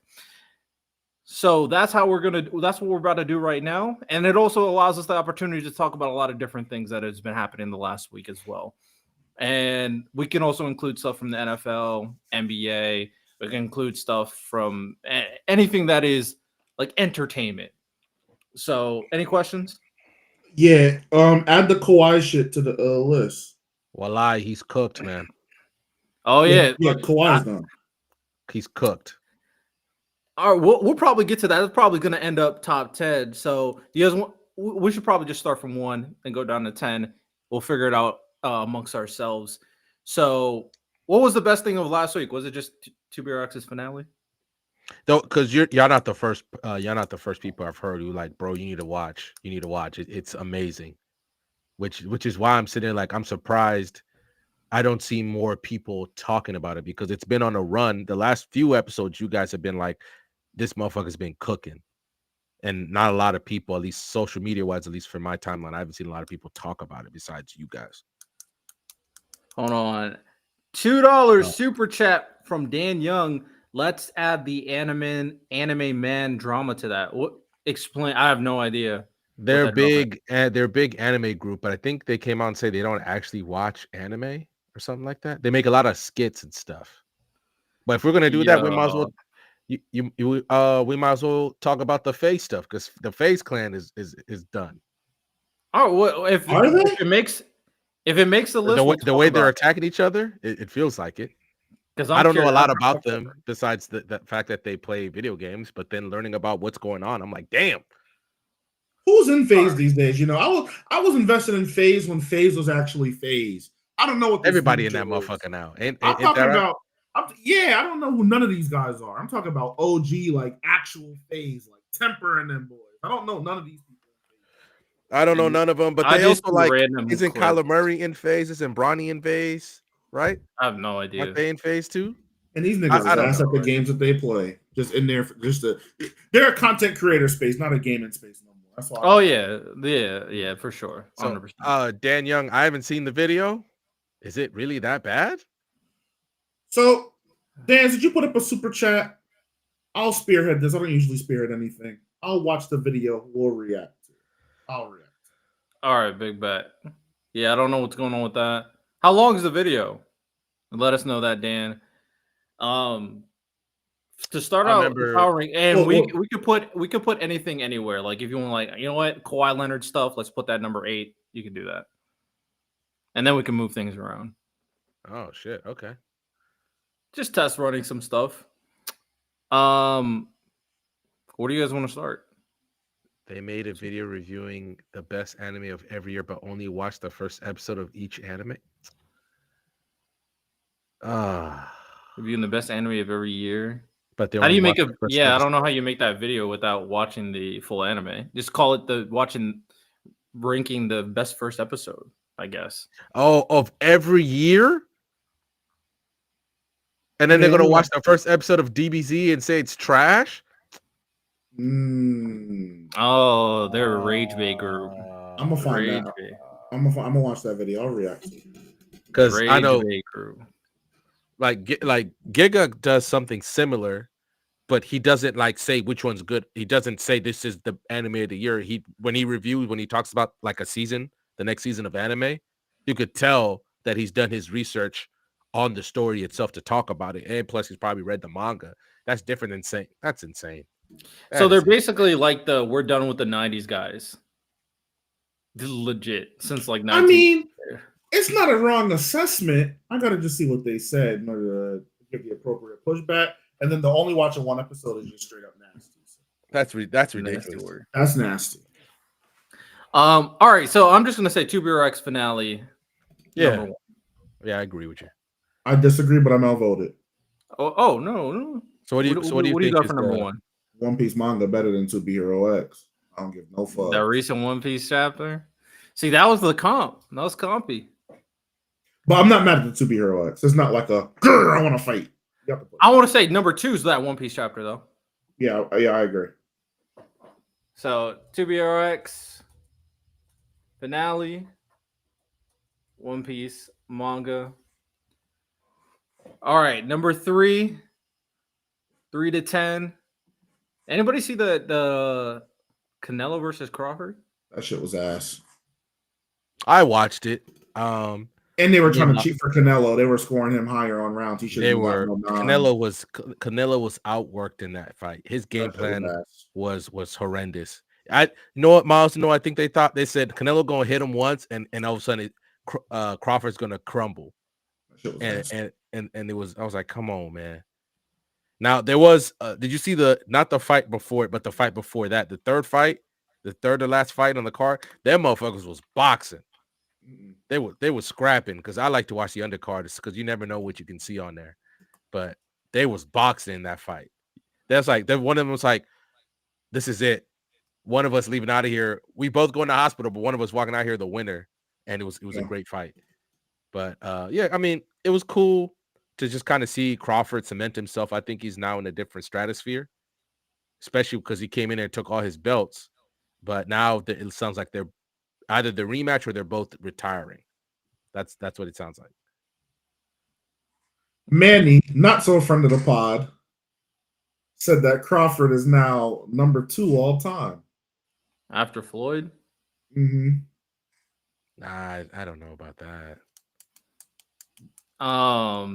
Yeah, I don't know much about boxing. I actually fell asleep and then woke up at 1 a.m. and I was like, oh, the boxing match is probably on right now. So let me put that shit on.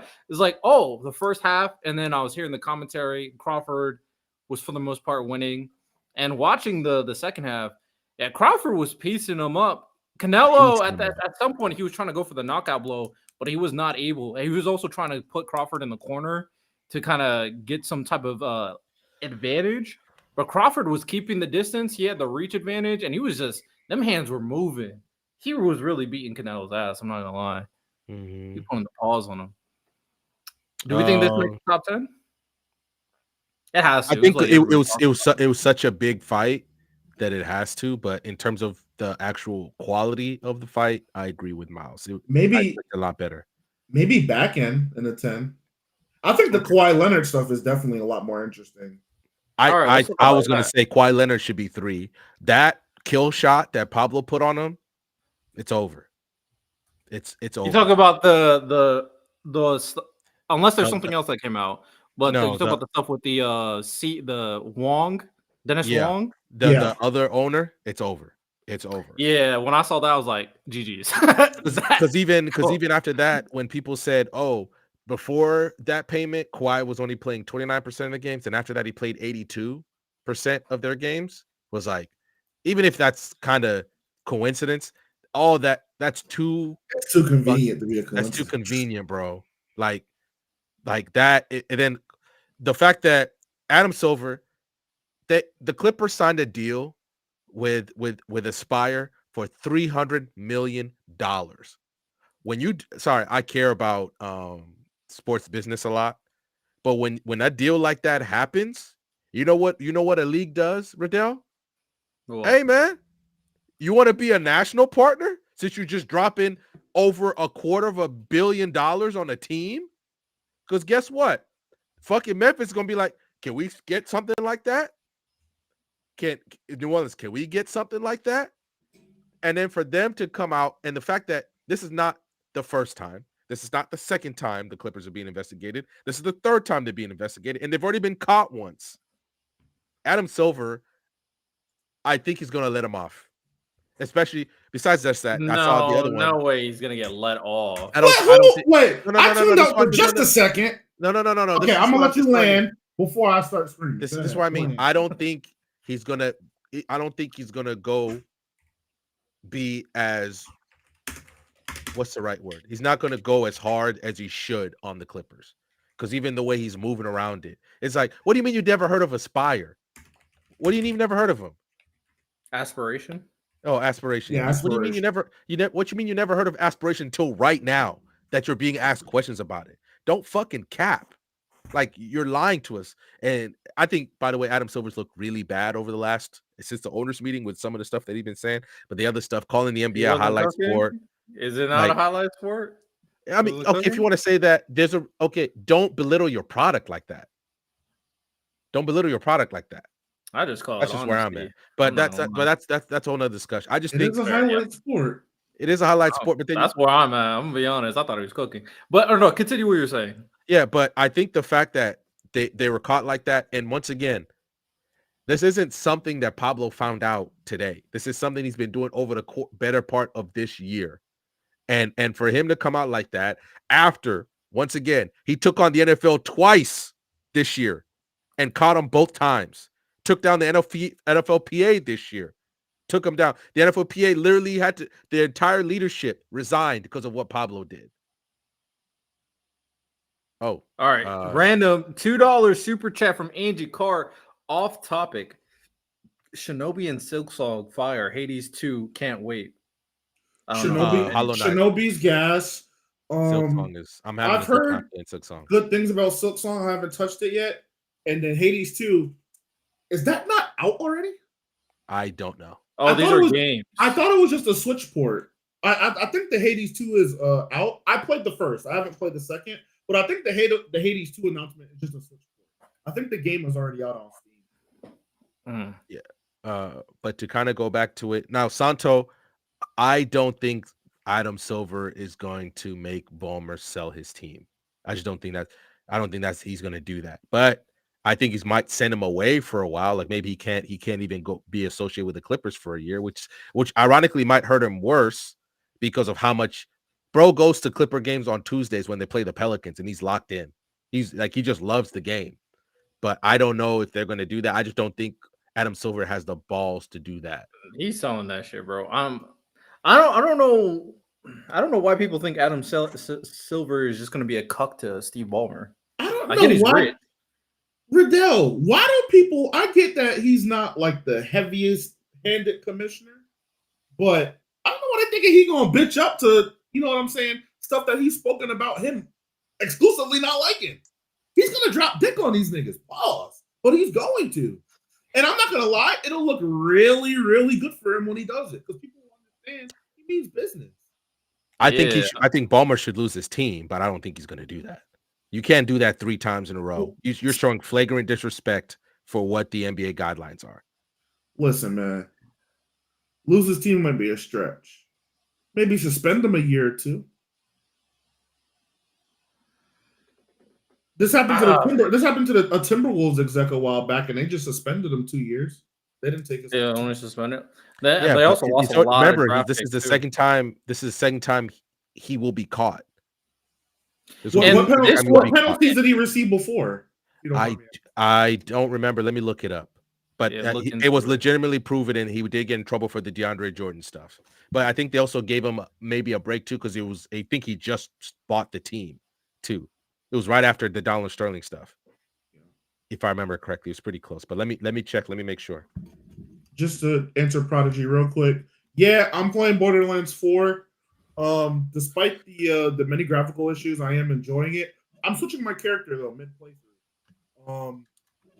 This time around, I looked up what class has the much damage versus like me picking a class that I actually enjoy, and then people have kind of labbed the game out, and now the class that I enjoy also does the most damage. So I'm just gonna switch.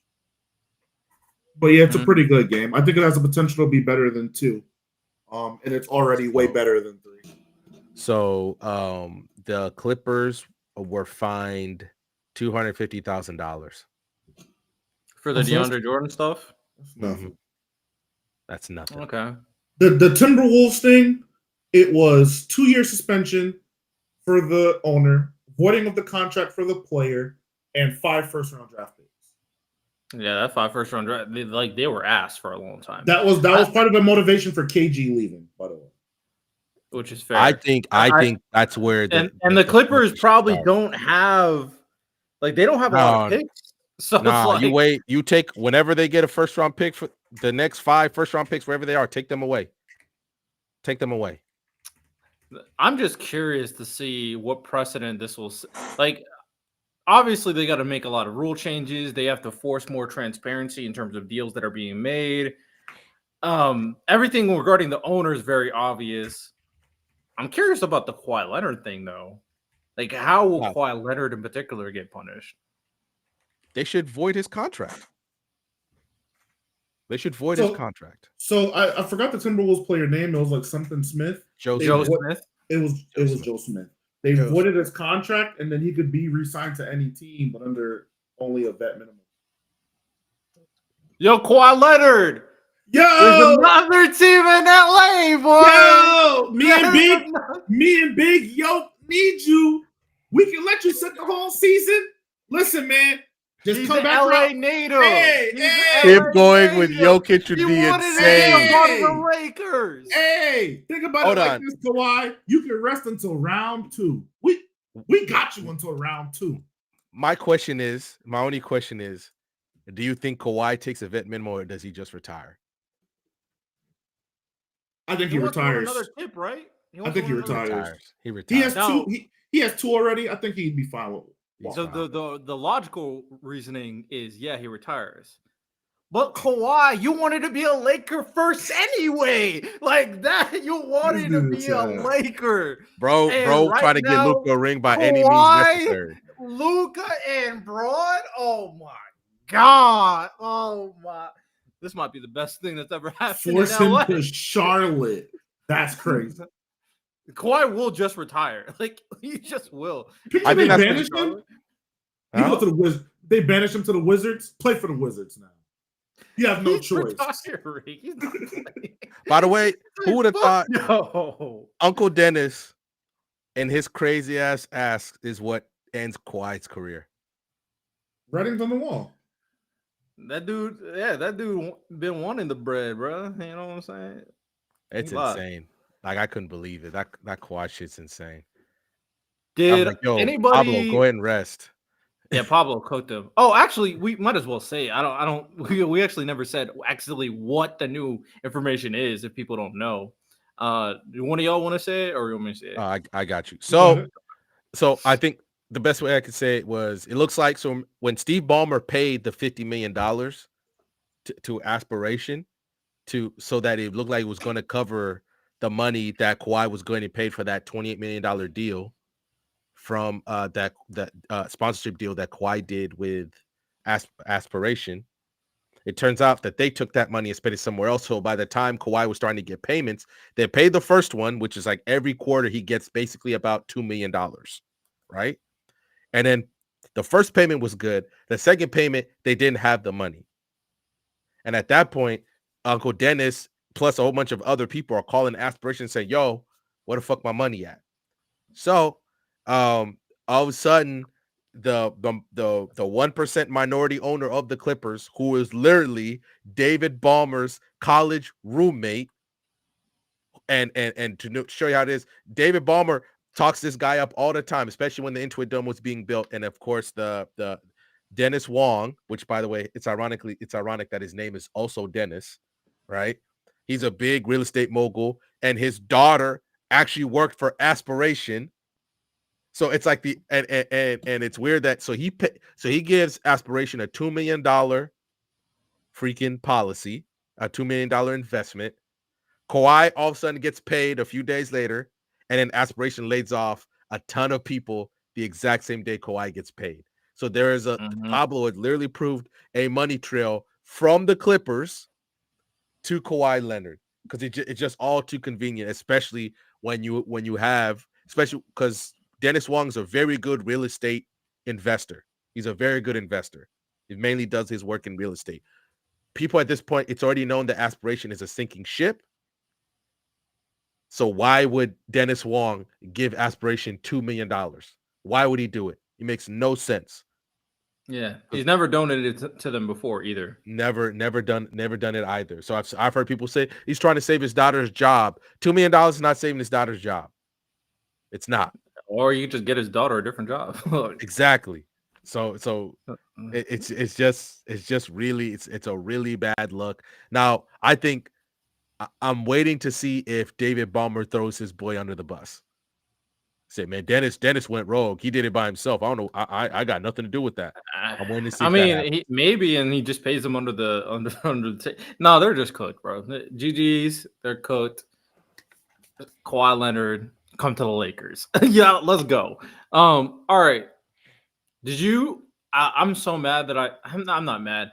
I ended up not watching the Demon Slayer movie. I had a ticket. I ended up refunding and not going. But Demon Slayer movie is apparently going crazy right now. Yeah, like I haven't seen that. The Pokemon movie of like the highest grossing anime film of all time now. Damn. I haven't seen it yet either. I was supposed to go, but I fucked up and put it during one of my games.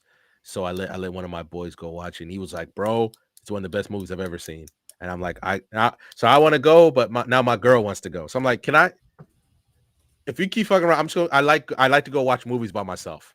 So I haven't seen it yet, but I was waiting to see if when Miles comes back. Did you see what Angel Reese said about her team? No, I didn't see that. When she called out her whole team, basically saying, "Oh, if this doesn't get fixed, I don't see myself being here." Then she called out. Now, what she said is very. You get why she said it. The Chicago Sky are not a well-run program, but you can't say what she said. She was calling out people by name. She's like, "Oh, this girl, she had a freaking she got a knee injury. What? I'm concerned if she's ever going to go back to form." And she said her whole name. This girl's this girl's that, like saying things about her teammates and their deficiencies with the game. And I'm like, whoa, I haven't seen that happen since like peak crazy Antonio Brown, what she was saying about her team. And then she refused to play the last 2 games of the Chicago Sky season. They straight up came and said, she's healthy. We expected her to play. And she just said, no, I'm not playing. I was like, wow, how could you do that? That is insane. That's why I was hoping, because me and Lonnie talked about it, and I was hoping that Miles could be, maybe he heard about it. But I was like, how could you say that? How could you say that? And then you just see her popping up to go watch the Canelo Crawford fight. Like she didn't just basically blow up her team chemistry. Angel tripping. I'm not gonna lie. She needs to lock in. She wants to be she's kind of full of herself. Yeah. You just can't say that in public. You can say like can't. Grow your team in private, sure, but you can't say that in public. It's just a bad look. Honestly, I think I'm gonna just stick with like 5 power rankings instead of 10. 10's a lot. So we're gonna stick with 5. So these are the 5 best things that happened the recent week. I think this is a good list. It was a good list. 5 most entertaining things that happened in a recent week. So, I mean, that's pretty much all I got for topics. Is there anything else? I wish Ty was here. A new Berserk chapter dropped. Yeah, I haven't been locked in. I haven't been keeping up each week. And the best way I could describe it, I don't want to spoil it. Guts is at the same position that Griffith was after their duel in the snow. Interesting. Guts and depending, because the best way, so saying that, it's like, wow, sauce. Okay, stand 10 toes down on that. 10 toes down. 7.5 is insane. I've heard nothing but praise for that movie. But for the first time in the whole story, Guts is being basically forced to confront. Yeah, you're good. Guts is basically being forced to confront all the trauma he's gone through. Like, we're talking since he was a kid, because all Guts does is they call him the struggler, right? He just keeps tagging it on, and then after Casca was taken from him, what a lot of people don't understand is why Guts broke down, and why, because through it all, for you both have read it, what could Guts do? He could at least have his sword. His sword was like his companion, especially after what happened to him when he was younger. He'd literally sleep with the thing. And he swung it against Griffith, and that shit didn't work, and Guts broke down finally. It's like it was finally too much for him to carry. And now, after everything that went on, including the demons attacking where Guts is now, and basically a situation that happens, Guts is being forced to confront that trauma. And that's why I say it's at a very pivotal moment for him, in terms of, that's why I compare it to Griffith after he lost the duel in the snow to Guts. And I'm very curious to see what happens to him, because the Beast of Darkness is lurking around. All these things that you remember when Slan manifested, she wanted him to use the Baylet. He still has the Baylet. There's a lot of things going on, and it's like, man, these next few chapters are going to be interesting, because it feels like the little breath that you have in between a Berserk arc before some crazy shit happens. And this time Guts has nobody by himself, and he's truly alone. And that's why I wish Ty was here to talk about it, because it really feels like now we're starting to crawl toward the end of the story. Because once Guts gets out of this predicament, he's fucking goated. Griffith is in danger once he gets out of this. The problem is, I want to see how he gets out of it. Sounds interesting. I can't wait to catch back up with Berserk. I pretty much ended after that demon showed up in that other kingdom. I'll just stop reading, because I just like too much things to read every week. But it does sound like getting interesting. Is Random pushing for Berserk being in the top 10? No, you just talk about it in general. Oh. In general, he lowered it down to 5, because I just made it 5. 10 is a little too long. Yeah, the things that we had was perfect enough. I was going to ask you if you heard what Angel Reese said about her squad. I saw the headline, but I didn't see what she exactly said, so I didn't want to like have like an overbearing reaction. But something about how they needed some better players, I guess. Yeah, she's like, she's basically said, well, the thing is, she's right. The Chicago Sky are not a really well-run program, right? Mm-hmm. But the way she said it was horrible. She was calling out her teammates by name, like, oh, this girl had a knee injury. I'm concerned if she's ever going to be the same player that she was. That's a real concern to have. You just cannot say that to the media. Like, the way she was talking about other people's deficiencies in their games, when I'm like, Angel, you literally formed a trademark around people making fun of your ability to rebound off your missed shots. So you should not, like somebody said it, you're not good enough to be talking like that. And even if LeBron did that, it'd still be kind of controversial, even though most people would be like, we get it. Not too much on Moses Reese. Not too much on Moses Reese, man. Chill out. Moses Reese. You mean Angel Drummond? Angel Drummond is insane.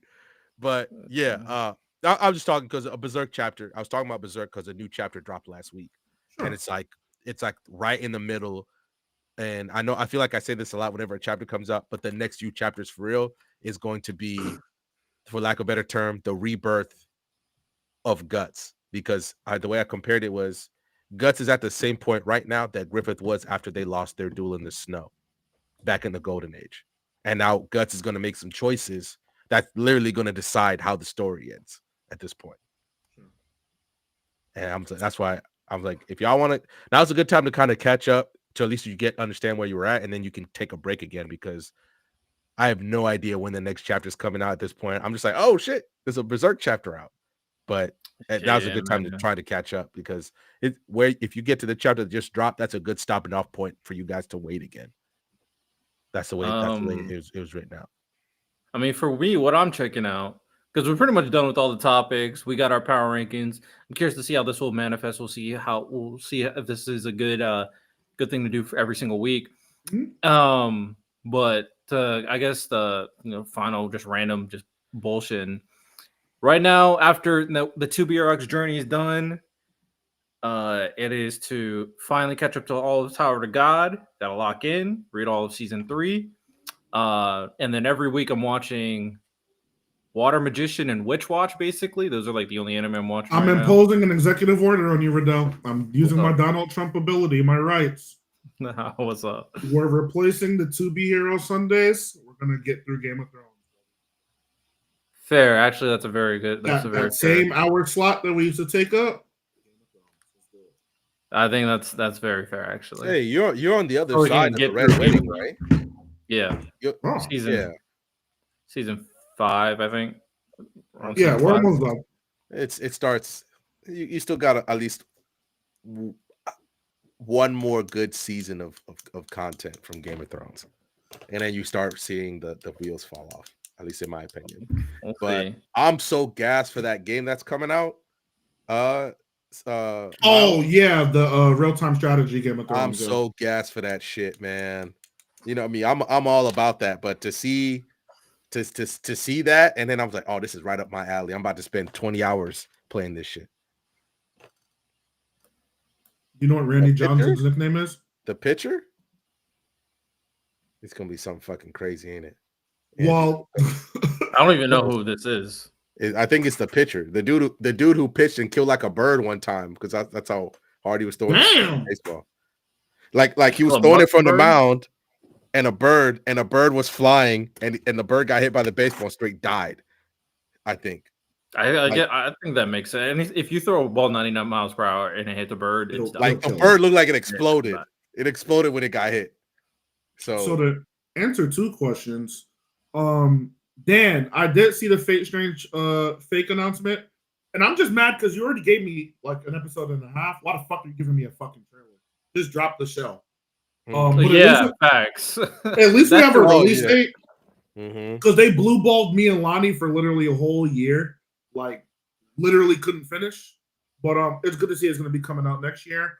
And then as for House of Dragons, I've seen it all. I've seen season 1 and 2. We're kind of hoping that Riddell come on with us, because season 3 is coming out next year during the summer. So if Riddell's caught up, me, Riddell, Lonnie, and Shar perhaps could all watch it together and do our similar reaction style videos. Now, me, Lonnie, and Shar have read the book, so we'll have like the extra knowledge. But Riddell's probably gonna like House of Dragons more than the base Game of Thrones, I believe. I like it. I like it more than base Game of Thrones. I finished season 2 probably about a couple months ago, and I like it a lot more than Game of Thrones. But you could tell that the people who made House of Dragon understood the good and the bad parts of Game of Thrones. That I think the better source material too. Yeah, that's the main thing. They have all the source material to adapt from, so there's nothing coming from their stupid little brains to ruin it.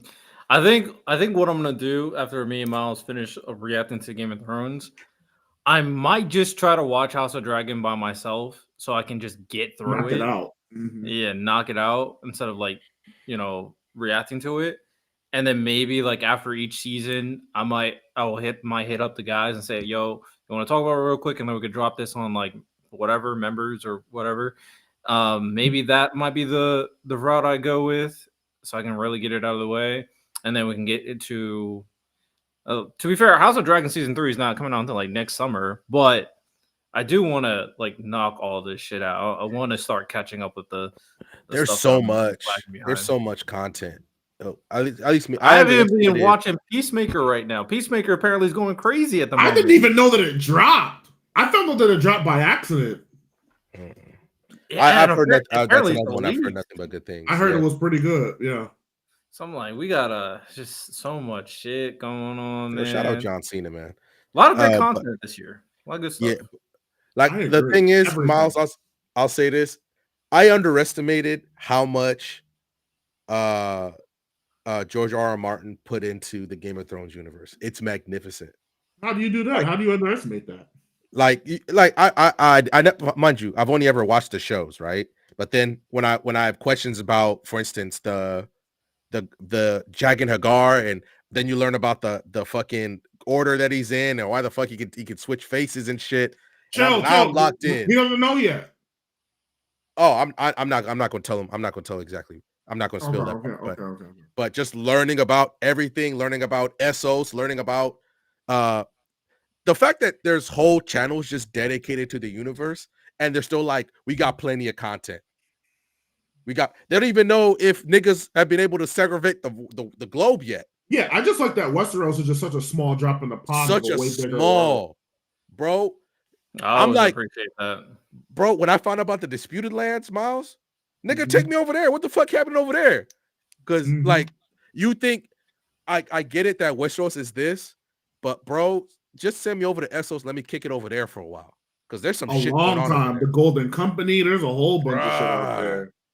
Bruh, I feel bad for young Griff, bro, in the books. Damn. But even outside of that, like, picture a spinoff of like old Valyria. Like, there's so much shit they could do with that world. The fact that they took Aemon's, the first Targaryen who comes over to Aegon, right? The first Targaryen to come over and take over Westeros, and they just did a fucking motion comic book with it that some of the Game of Thrones people talked about. Bro, that's a fucking piss take, bro. Make a show out of that. You get to see the early Lannisters, why the Tyrells are not respected by their bannermen for real, because they're not the traditional masters of the Reach. They just kind of got into it. Why the Starks are the way they are. Like, there's so much going on. Even the first time that the others, Miles, they come through for the first time, and why the Starks are so important. Like, it's so crazy, all the shit that's going on. I'm like, my nigga, I get it, but drop the fucking finish the fucking books, bro. Finish the books. What just happened? What the fuck just happened? I don't know. What the fuck? Riddell, mute real quick. I'm gonna hold up 5 when you can unmute. So, Dan, I want to just approach what you just said about the ending. I agree with you. I do. Oh, well, first of all, Smoke Bryant, yes. House of Dragons has black people with the white hair. It looks fucking sick. And they all ride dragons. They all ride dragons. They're called House Valerian. They're also from Valyria, but they were more shipwrights and shipmasters than they were dragon riders and tamers, even though they could do the same thing. Now, back to what I was saying in relation to Dan, I agree with you. I think the ending was going to be the same. The only reason why I'm not buying, I'm mad at people's perception of it, and that's why I'm not finishing the book. We weren't mad because of the ending itself. We were mad that there was no build-up to that ending. You understand what I'm saying? Exactly. To me, Daenerys being the Mad Queen is fire, but the execution wasn't good. She literally burnt down. I don't know why I can't think of their main city right now, but King's Landing. She literally burnt down King's Landing for no reason. There was nothing to incite her, get her angry. That didn't make any sense, right? They made Tyrion go from one of the smartest characters in the show to an incompetent. He literally became an imp. They nerfed his ass. Made no sense. Every single decision he made was wrong. Varys, he became dumb. He literally knew everybody was on to him. He was still sloppy and telling the kids, the little bit of intel to get back to Jon Snow and his camp, and he was immediately discovered and killed. So it's not the ending itself. It's never the endings whenever people complain about this stuff. It's the execution and the buildup. If they would have flushed all of this stuff out, to me, Bronn becoming king, that made sense. That completely made sense. And then the little cliffhanger with the why do you think I came all the way here? It foreshadows that was what he was. That was the purpose of his whole journey. Jon Snow being the one to kill Daenerys and go live amongst the wildlings in the wild, that made sense. He was never meant to be some king or some lord or some person integrated in society. He's meant to be wild. That's his thing. You know what I'm saying? He's meant to liberate other people. So George R.R. Martin is being a brat. Finish the fucking story, build it up properly, and then we're gonna praise it. It's not the fucking ending. It's the building. So because right now I believe the books are right before Stannis fights the Boltons. Mm-hmm. And young Griff, which by the way, it's crazy that the show doesn't even use him. They said we don't need young Griff, which is insane. Bro, they changed everything. They made Stannis some fucking lunatic fanatic. So apparently Stannis is not a fanatic in the books. Yeah. So apparently there's a few things that George R.R. Martin told the directors that was going to happen. Like, for instance, it was weird, but apparently Stannis is going to burn Shireen. That is going to happen. That's fine. Yeah, but it's how you execute the shit, right? Because they didn't understand Stannis, right?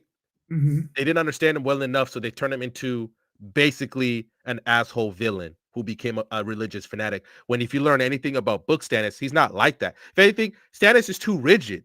He's a rigid nigga. He's just doing his duty. They literally made him a fanatic, bro.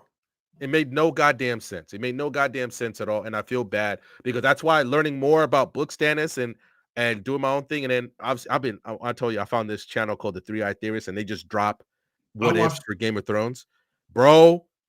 Every time I'm like, how did they understand Stannis? And even when they go off what the show did, and they fixed Stannis better than you did, and you had all the fucking resources to do it. They ruined a lot of, like when they brought back the Mountain in season 8, the Mountain was supposed to come back way earlier as like he was supposed to be called the Knight of the Morning Star. He was meant to be a perfect knight with like this brilliant silver armor, and he was supposed to be basically like Juggernaut, unstoppable. It culminated into some terrible CGI. He was just ugly, like just complete. Bro, I get mad thinking about what could have been because they fumbled so many characters. Tyrion was supposed to be a evil villain. Tyrion's not even a good guy in the book at all. He hates the world for him being an imp. He hates the world for people teasing him. And his whole desire is to see everybody who ever made fun of him fucking suffer. He's supposed to be the reason why a Cersei dies, things like that. They fucking butchered Jaime's character. What the fuck was that? Jaime was supposed to be the Vegeta of this story. And you making him go back to Cersei That's a great pull right there. Just to make him go fucking die? Now, I will say to an extent, narratively it makes sense because Cersei's his weakness. That's always been his thing. But to derail that much character development and have him just go basically kill himself, that shit was ass. That shit was ass. Dan, why the fuck did Arya? You know what? We're gonna talk about Game of Thrones all night. We're gonna talk about Game of Thrones. Yeah, because it's so. Look, I'll say this: the fact that he really never got to interact with the Night King at all was insane. Like, but whatever. Look, at this point, George or George, you have all the fucking do's and don'ts to write the story. You're just being like you're just being a brat at this point, like Miles said. Just finish the story. You know what works, what doesn't. The fact that Cersei is out. If there's one thing about if Cersei is out thinking Tyrion in terms of fucking battle strategy, that's bad. What are we doing? That's bad. What are we doing? Like Dan said, bro. The moment we saw Jon leaving Hard home and all of those White Walkers and Whites and zombies stood up and him and the Night King locked eyes, that was supposed to be a deadlock for Jon Beast and Night King. That was set in stone right there. You deviating and making Arya do it by just doing a fancy knife trick? Fuck out of here. Because I saw even Arya was used badly. Like, okay, that's cool. She goes back and gets the phrase. That's cool. But even how Littlefinger ended up, because Littlefinger to me, he's the final. I understand the Night King. Littlefinger's the final boss. He is. He's the final boss of the story. He's the main antagonist. And I'm like, bruh, you're just wasted Littlefinger, like Sans, all this stuff. Sansa was good. They did good with Sansa. She could have been better, but I agree with you. I'd say the only characters that I feel like they nailed is Sansa. I think they did great. The Hound, his end was great. What's her name? Brienne, and then like all of the Knights of the Round. So like Bronn, Sir Bronn of the Blackwater, Sir Davos. I fuck with Sir Davos. Sir Davos is a fucking dog. The Onion Knight, Sir Davos is a dog. Gendry, his ending was good, and I think that's about it. Look, how much is this? Because you've read the books. How much is Podrick involved in the story? Same degree, and his character is pretty faithful. Same thing. Okay, just a resourceful. I fuck with Podrick, but so it's like this is so Podrick just walks around with Tyrion and fucks bitches. That's what we know about Podrick. I was like, okay, but it always feels like I want him to be more. But if that's it for him, then that makes sense. They play up the moral compass aspect of things because he just sees things just slightly different from everyone else. He's a lot more positive, even when he's met with a lot of negativity from like varying sources. But all in all, he's the same character. Yeah. Okay, that's cool. By the way, you said you watched the Darth Tyrist. Oh, come back, because he's. You said you watched those videos by the I watched some of them. Yeah. He just dropped one today about what if Tyrion died at the Blackwater. Ooh. And I'm like, Podrick gets a little bit of shine in that. This is the first time I've seen it, but he's dropped a few where if there was 5 I could recommend to you right now, obviously the one Tyrion dying on the Blackwater. This one's Tywin. This is like the straight isekai, reborn with all his memories. Reborn with all his memories. I think I saw. I either saw like a recommendation or I watched that. That's very familiar to me. There's one where Lyanna and Rhaegar revealed their marriage to the whole realm, and how that changes things. Daenerys. Okay, Daenerys knows about somebody's truth. Oh, god damn it! God damn it! Lock in. Are you trying to spoil me? No. Redell, you weren't paying attention to what he just said, right? I don't know. I don't remember the 2 names. I mean, I know I remember the names he said. I just don't remember who they are. Okay, good. Oh my god, good. Okay, fine. Oh my god. Let me do 2. We might gotta shut the fuck. Okay. Yeah. Okay. Let me do 2 more that he does know. What if Robb Stark prevents the Red Wedding, which is a good one. What if he prevents that? And then one which I thought was the one that I thought was cool, was really, really cool. Really cool. What if Sansa pushed Joffrey off the tower in season 2? Remember what she was gonna do and the Hound stops her? This time the Hound's just a little bit late and she fucking does it, pushes him off, and then everything else ensues. Well, she dies. I mean, they probably went into more detail, but how I see it is Tommen becomes king, the Hound snitches to Cersei, and Cersei just kills him. Watch it. Okay. There's another one. What if Joffrey actually loved Sansa? And that one deviates. I'm telling you, this is how I felt. I was like, really? All right, you got me. I don't like the premise, but you got me. All right, this is not that bad, but my thing was the expectation real low. I think so far, each one's about an hour long. Riddell, don't watch any of these till you finish the fucking Game of Thrones. Don't watch any of them. They're about an hour long, and they're really cool. Now, the one that I want him to do is, what if Joffrey fucks around and kills Arya at the start of the story? What if he does it? Because remember, the Butcher Boy gets killed. But remember, y'all started fucking with Arya and Sansa just right there. Not doing shit. That's why I don't fucking like her. Bitch, you saw her fucking kill the Butcher Boy and you went over there and told your fucking dad, hey, what happened? He's like, I don't fucking know. Bitch. No dick is that way. That's Sansa, bro. You know Sansa gotta be an idiot for the culture. Fuck, man. But yeah, that's the one I want him to do. She's not an idiot no more, man. But there's so many. There's so many good ones. There's so many good ones, man. Oh my god. Oh my god! So and like every 2 days he just drops an hour, and I'm like, all right, I know I was listening to fucking Playboy Cardi. By the way, fuck you, because I'm so Playboy Cardi obsessed right now. I can't get out until it's a Game of Thrones video. But yeah, that's it, man. There's so much. I'm gonna start sending you leaks, unreleased. Come on, man. But for real, like we talked about this last week, Miles, where I said Game of Thrones would be. The fact that I haven't found a way to make a great video game out of it is insane, and the fact that this could also be an anime and it'd be insane. I think back to like the old Lord of the Rings, or even like a Shadow of Mordor style game, and I think they do pull that off. Yeah. Oh my god!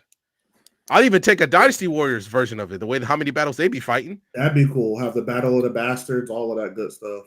Mm-hmm. Based on what you guys talk about, will there be anything? Because this still falls under the film TV category. Should we clip up your conversation about the ending of Game of Thrones? You could. You could, yeah. Random these are or Miles, like one of you guys would have to direct him because obviously I can't look at it. Yeah. Yeah, I got you. I can post it without watching the video, but I can't. Please don't watch it. Don't watch it. It's worth it, even though the ending, in our opinion, is pretty shit. It's like he said, it's how they get to the ending is the problem. That's I'm with Miles on that. It's just how they get there. Yeah, I don't think any of the stuff they did, like on paper, was bad. It's just how it happened, or what led up to it happening. I think they wanted to end Game of Thrones early because remember they were going to do a Star Wars movie, so they sacrificed Game of Thrones to do Star Wars, and then even end up fucking making the Star Wars movie. Yeah, they're bots. So they're not locked in. Anything else before we start ramping up? Watch To Be Hero X. I got you. I'm gonna finish it. Some goat shit, masterpiece shit. And man. Oh, actually, I did, Miles. That outro of bro. Yo, I want to know who's the chick with the golden eyes. Bro, I was like, wait. I thought it was Queen at first. This is apparently that is that the main villain? Like, I had so many questions watching that outro, and I'm like, is this the heroes before our current heroes? Maybe X was alive. I didn't even think of that.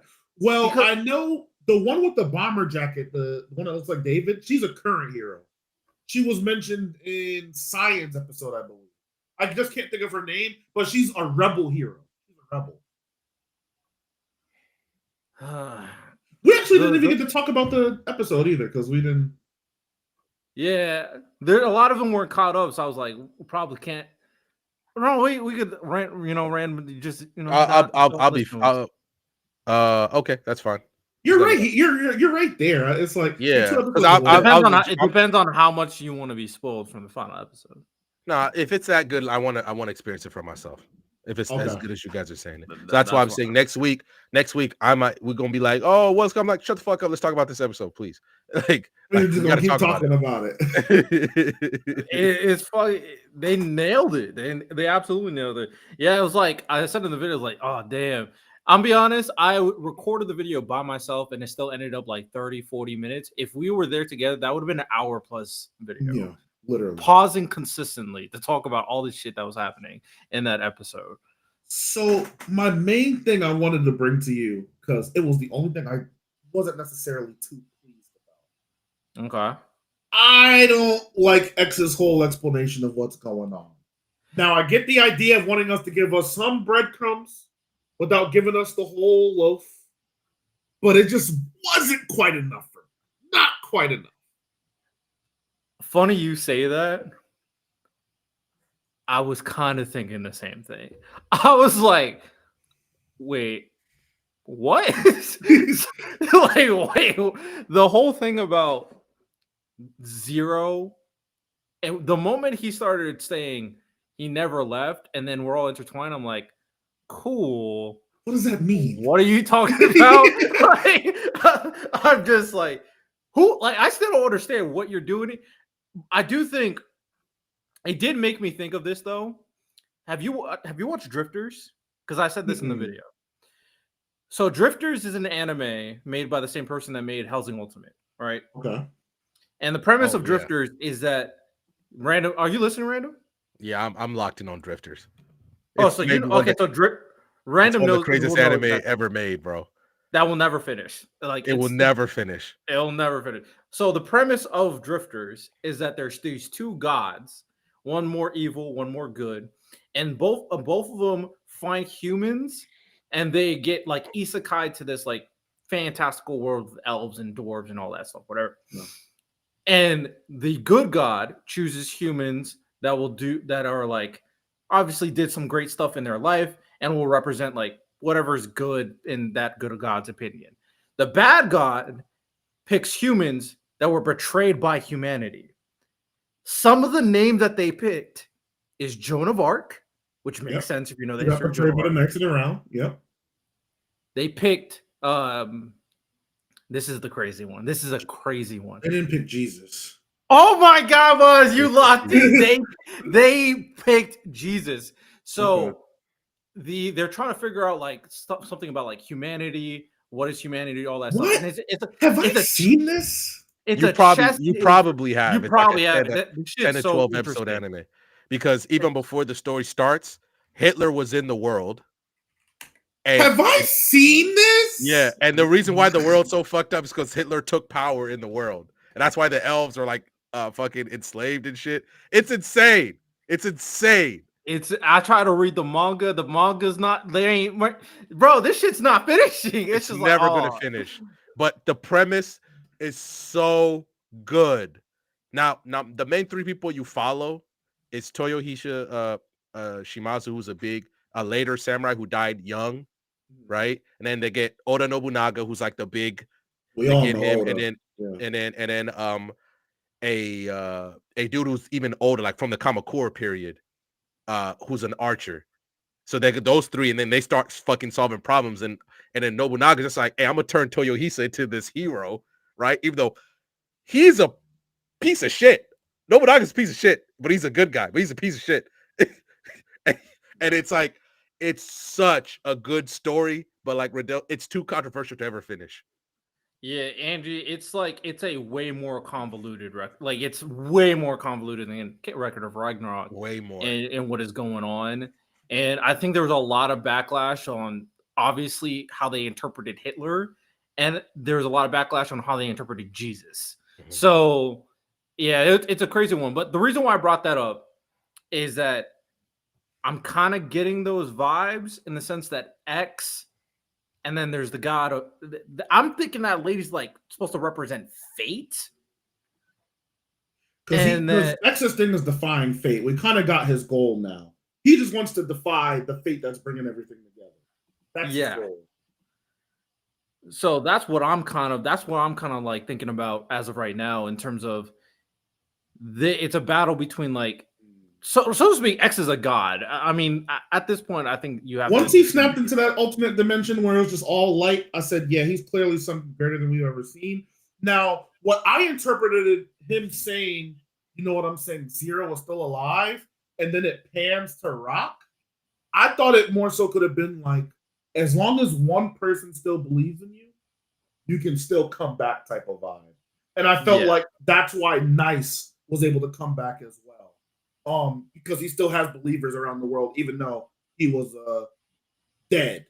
But yeah, that was the only thing that I was like, you know what I'm saying? You could have done this just slightly better. You gave me enough to where it wasn't bad, but just a little more. For sure. But the thing is, the way they were telling it was so fucking amazing in terms of like the animation, the slideshow, going through all the characters. I was like, sure, I'm locked in anyway, you know, whatever. The whole thing when they changed the background and showed Zero in, bro, they were just doing some crazy. And it's funny how the one who got all these explanation is the dog. It's the dog, bro. I thought the dog was going to snake him at first. That's how it seemed to me. I'm glad it didn't happen, but I also wanted to run this by you. I think I found out a little bit about X's power. I think it's linked to the soda. So That's what I was thinking too, because he always has to get a drink. He has to drink something. And it's the same drink every time. The same and then soda. And then he also said something interesting too about, I thought it all started when I got this coin. And I'm like, what do you mean? But this coin, because he always has the coin. So I think they're definitely laying the breadcrumbs on like where it all started. But it's obvious that X was like this in a past life too. But that's why I'm still believing that it's a past group of heroes. And then that one guy is like his friend or something. The one that with the cool jacket. Yeah. And then the girl, I don't know about the tarot cards. I don't know what they're trying to do with that. And then there was like this dude who was called the devil. I'm like, I don't know what that all about. And it was funny because we see tarot cards in the opening too, and we never understood why. So, I don't know. I was low-key thinking, are they trying to connect this to the prequels? I was low-key like, I was thinking, what are we doing here? That'd be crazy. Yeah, there's more. I have so much more questions after seeing that episode. Riddell, can you share what I put in the thing real quick? Got you. And then this is what that's Drifters. Yeah, this does look familiar. Yeah, Drifters is goated. It's amazing. It would have been one of my favorite anime of all time if it finished. If it finished, Riddell, we'd be having some. Even the way it's like we said, it's made by the dude who made Hellsing Ultimate. Like the way it's drawn is great. It's. I was always like, who's the new human that they're going to introduce, and why is he on this side? That's what I was always excited to see. Like, and it's crazy. Like all the bad guys are like heroes or people that we've rooted for. Like Hijikata was always depicted as a good guy. Joan of Arc's always depicted as a good person. Obviously, Jesus Christ. Like. And the fact that this is how they depicted them here is just like, it's crazy. But I get what they're doing, because humanity did betray all these people, so to speak, right? It's a damn shame. That's gonna be one of those, man. I think about that probably about once a month. I'm like, damn, I wish I could finish reading Drifters. Just let me find that dude. How much you need, bro? How much you need? No matter what you pay, who's not finishing that? Oh, how much you need, man? Let me win this Billy lottery real quick. Let me fly over there. Based on the current way things are going, that shit will be banned in the United States of America. I'm just saying, it's like, oh, it's a damn shame. But I bet money. Like I feel like a lot of people have seen Drifters, they just forget about it. But a lot of people have seen it. Yeah, Miles, what were you saying? On a lot lighter note, the fight between him and all those heroes, chef's kiss. He bodied those boys. Casual. Walking, both hands in the pocket, smiling, no sweat on his cheek. And then when he said, I'm going to show you the truth, all he did was flip a coin. And he just beat this guy is broken. And he aura farms crazier than Gojo ever did. I'm not gonna lie. Crazy aura farm. That ending when he teleports in the middle of the stadium, I'm like, yeah, this dude got it. this dude good. While casually skipping through time, by the way, because he did jump through time. But yeah. Yeah, and then there's a whole thing with this. Everything about him is, I just gotta lock in. And then the last thing. I don't know if they said this in the English translation, but I watched the Chinese one when I was alone. Social media kid, Zach. Rock is his fucking grandpa. Well, is he? Okay, so they did say he did call him grandpa when he was insulting him. Like, so Rock was it the table scene, and he was playing on his tablet, and then Rock was calling him out. You wouldn't be in like that if something, and they said, okay, grandpa, or something like that. No, I think it's before that, where he thinks he's being slick, and then he's like, damn, I should have known nothing's going to get past grandpa. I don't know if that's literal or just like. I'll find it, because I watched it in the Chinese one, and they make it seem like that's his actual granddad. And then when they said it, I was like, same color hair, same color eyes. You know what I'm saying? We know that they worked together at a hero company before Rock left for Mighty Glory. I was like, holy shit, that's his fucking granddad. I was like, it kind of makes sense how Ghostblade climbed so fast via social media. You know what I'm saying? When I saw he does allow him to use FOMO for some reason. When I saw he had those sliders, I was like, yeah, this guy's playing a different game. Oh yeah, my hero did get stronger. Let me just. I was like, yeah, that's fucking crazy. I don't know. I like him though. I do think he's interesting. Obviously, all four of them, even though they were dealing with X was obviously chilling, but all four of them were not concerned either. Like they did not care. They weren't nervous. No. So that also I found interesting that they were just playing it super cool dealing with X, thinking they could beat him. Obviously, they didn't. So I thought that was interesting. Also, even before, like you like obviously spoiled when you looked in the wiki, but I felt so vindicated about me being correct about Queen's dad. Yeah, I was just so vindicated. I was like, called it. Yeah, you did. You did call it leader of Spotlight, which is great. That's fucking wild. That guy's definitely a villain. We can't play the halfway in. He's a villain. I'm sorry, he's a villain. But yeah, such a great episode. Such a great. And also the 3D animation of all the heroes are fire. Bro, they look so fucking. Because I was seeing it, I was like, "Oh, Lucky Cyan looks amazing." And then they showed someone else. Oh, that Johnny Boy looks amazing. Ghostblade looks. They all just look fucking great. Even the CEOs looked good in the 3D animation. I'm like, there was this one scene. I'm gonna make it my wallpaper on my computer. But it's Isol's best friend's dad. There's a panel where he's sitting facing the screen. I'm like, yo, this shit looks cold as fuck. This shit looks good as fuck. That 3D animation looks crazy. Now, slight hate.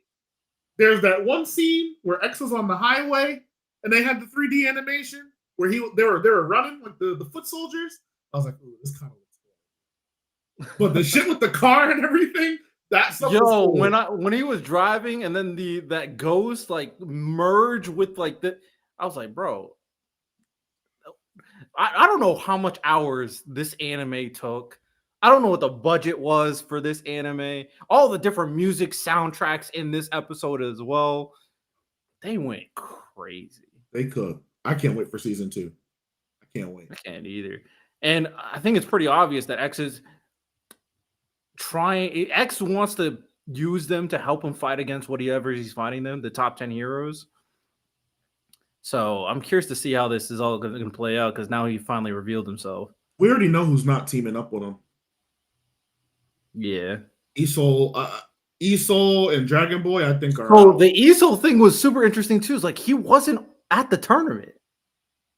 No, he was there. Rock. No, I don't think so. I think the Rock thing was him walking out. Was it not?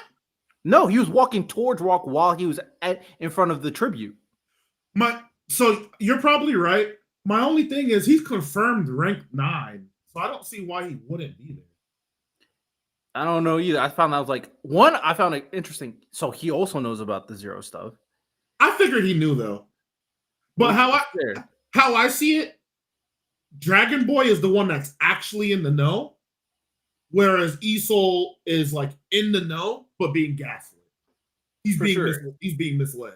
Because Dragon Boy is going to be it's going to be what Rock is going to use. That's why, like, when X called the other guy Dragon, it was like obvious what the ties they're trying to make between Dragon Boy and Dragon. So that was interesting. Hey, Riddell, Rock got a roster. He has the next Zero and then the thing that beat Zero on the same squad. Kind of scary. Oh, maybe that was really intentional. We'll see. Also, the nice thing was kind of crazy. I'm like, yeah. What the fuck? Yeah. So I was wondering because he was third in the popular vote, and I'm like, how are they gonna? If they do, how will they bring him back? And then he just showed up. I was like, oh, okay. Did you see Did you like pause and see the rankings at the very end of the episode? No, I think Oh, they showed us the rankings at the very end of the episode. So it was like. Commoner's 10. I know that for a fact. He was 10. Shit, I don't even remember. I know obviously X was 1, Queen was 2. I think Dragon Boy was 9 actually. Dragon Boy fell to 9? He was 9. Nice was 5. Not Commoner. Nice was 5. Commoner was 10. Shit, I'm gonna have to re-look at my reaction just so I know. Was it at the very end? At the very before the outro. At the very end. Golden outro, man. That outro, man. Yeah. Oh yeah, I see.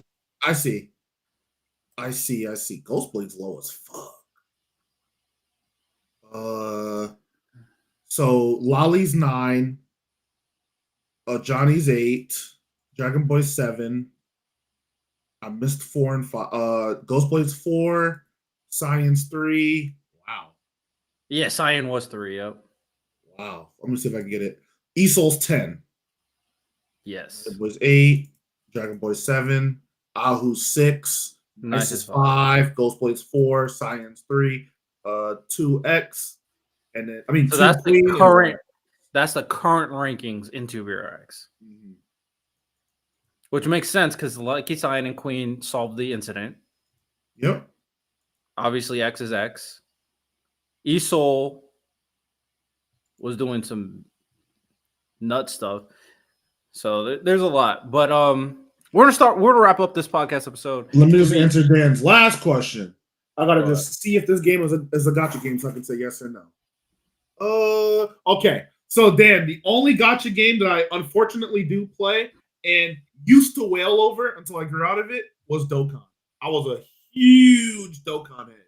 But I've changed my ways. I've grown up. But yeah, I used to play Dokkan super crazy. Like super crazy. Had every team, had all of the the Dragon Ball game? Yeah, on the phone. Yeah, I used to play that. I had all of the Z stones, did all of the routes. I used to be a fucking fiend.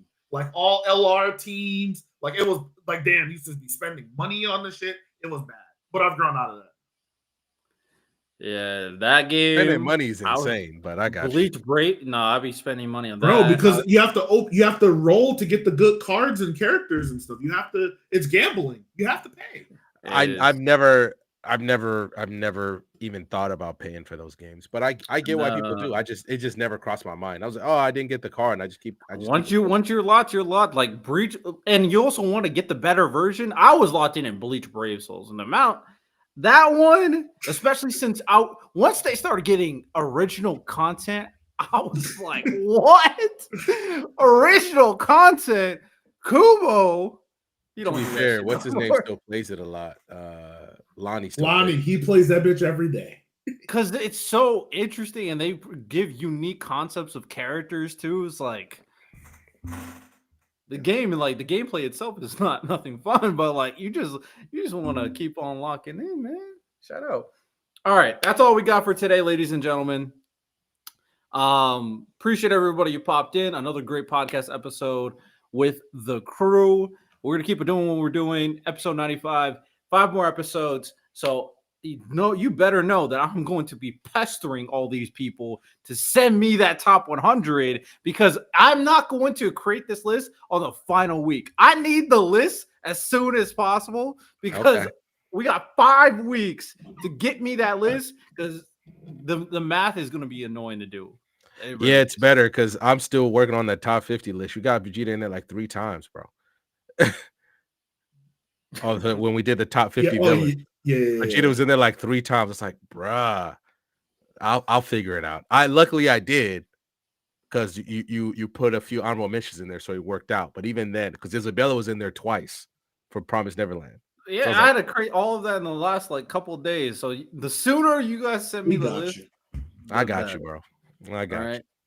All right, ladies and gentlemen, appreciate you guys. Guarantee that 2BRX will be high on my list. I'm gonna be honest. But tune in next week, Tuesday, of course. And of course, tune in to Open Dojo. Check out all the content we make on the podcast and on the YouTube channel, and check out all our socials via our link tree. With that said, hope you guys enjoy.